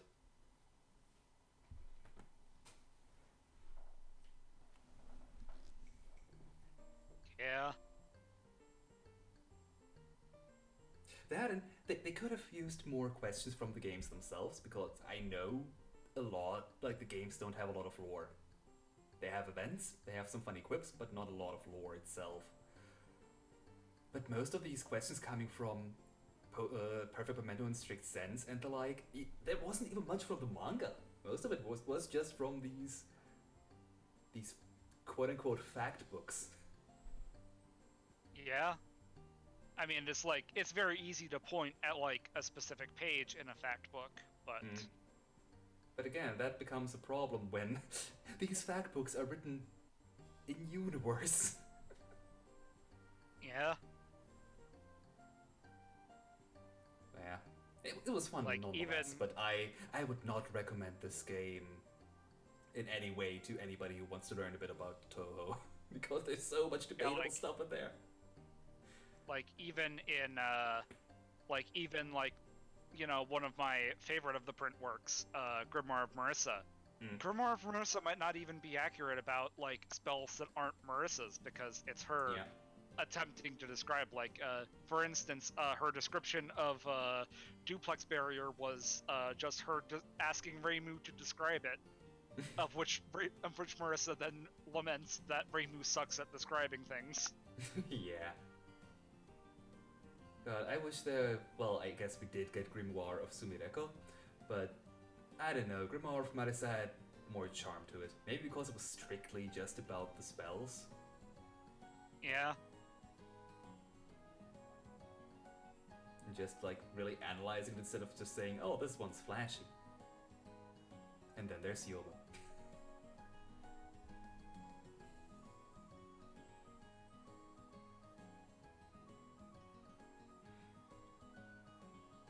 But yeah, thanks for doing this with me, dude. Oh yeah, This like, was fun.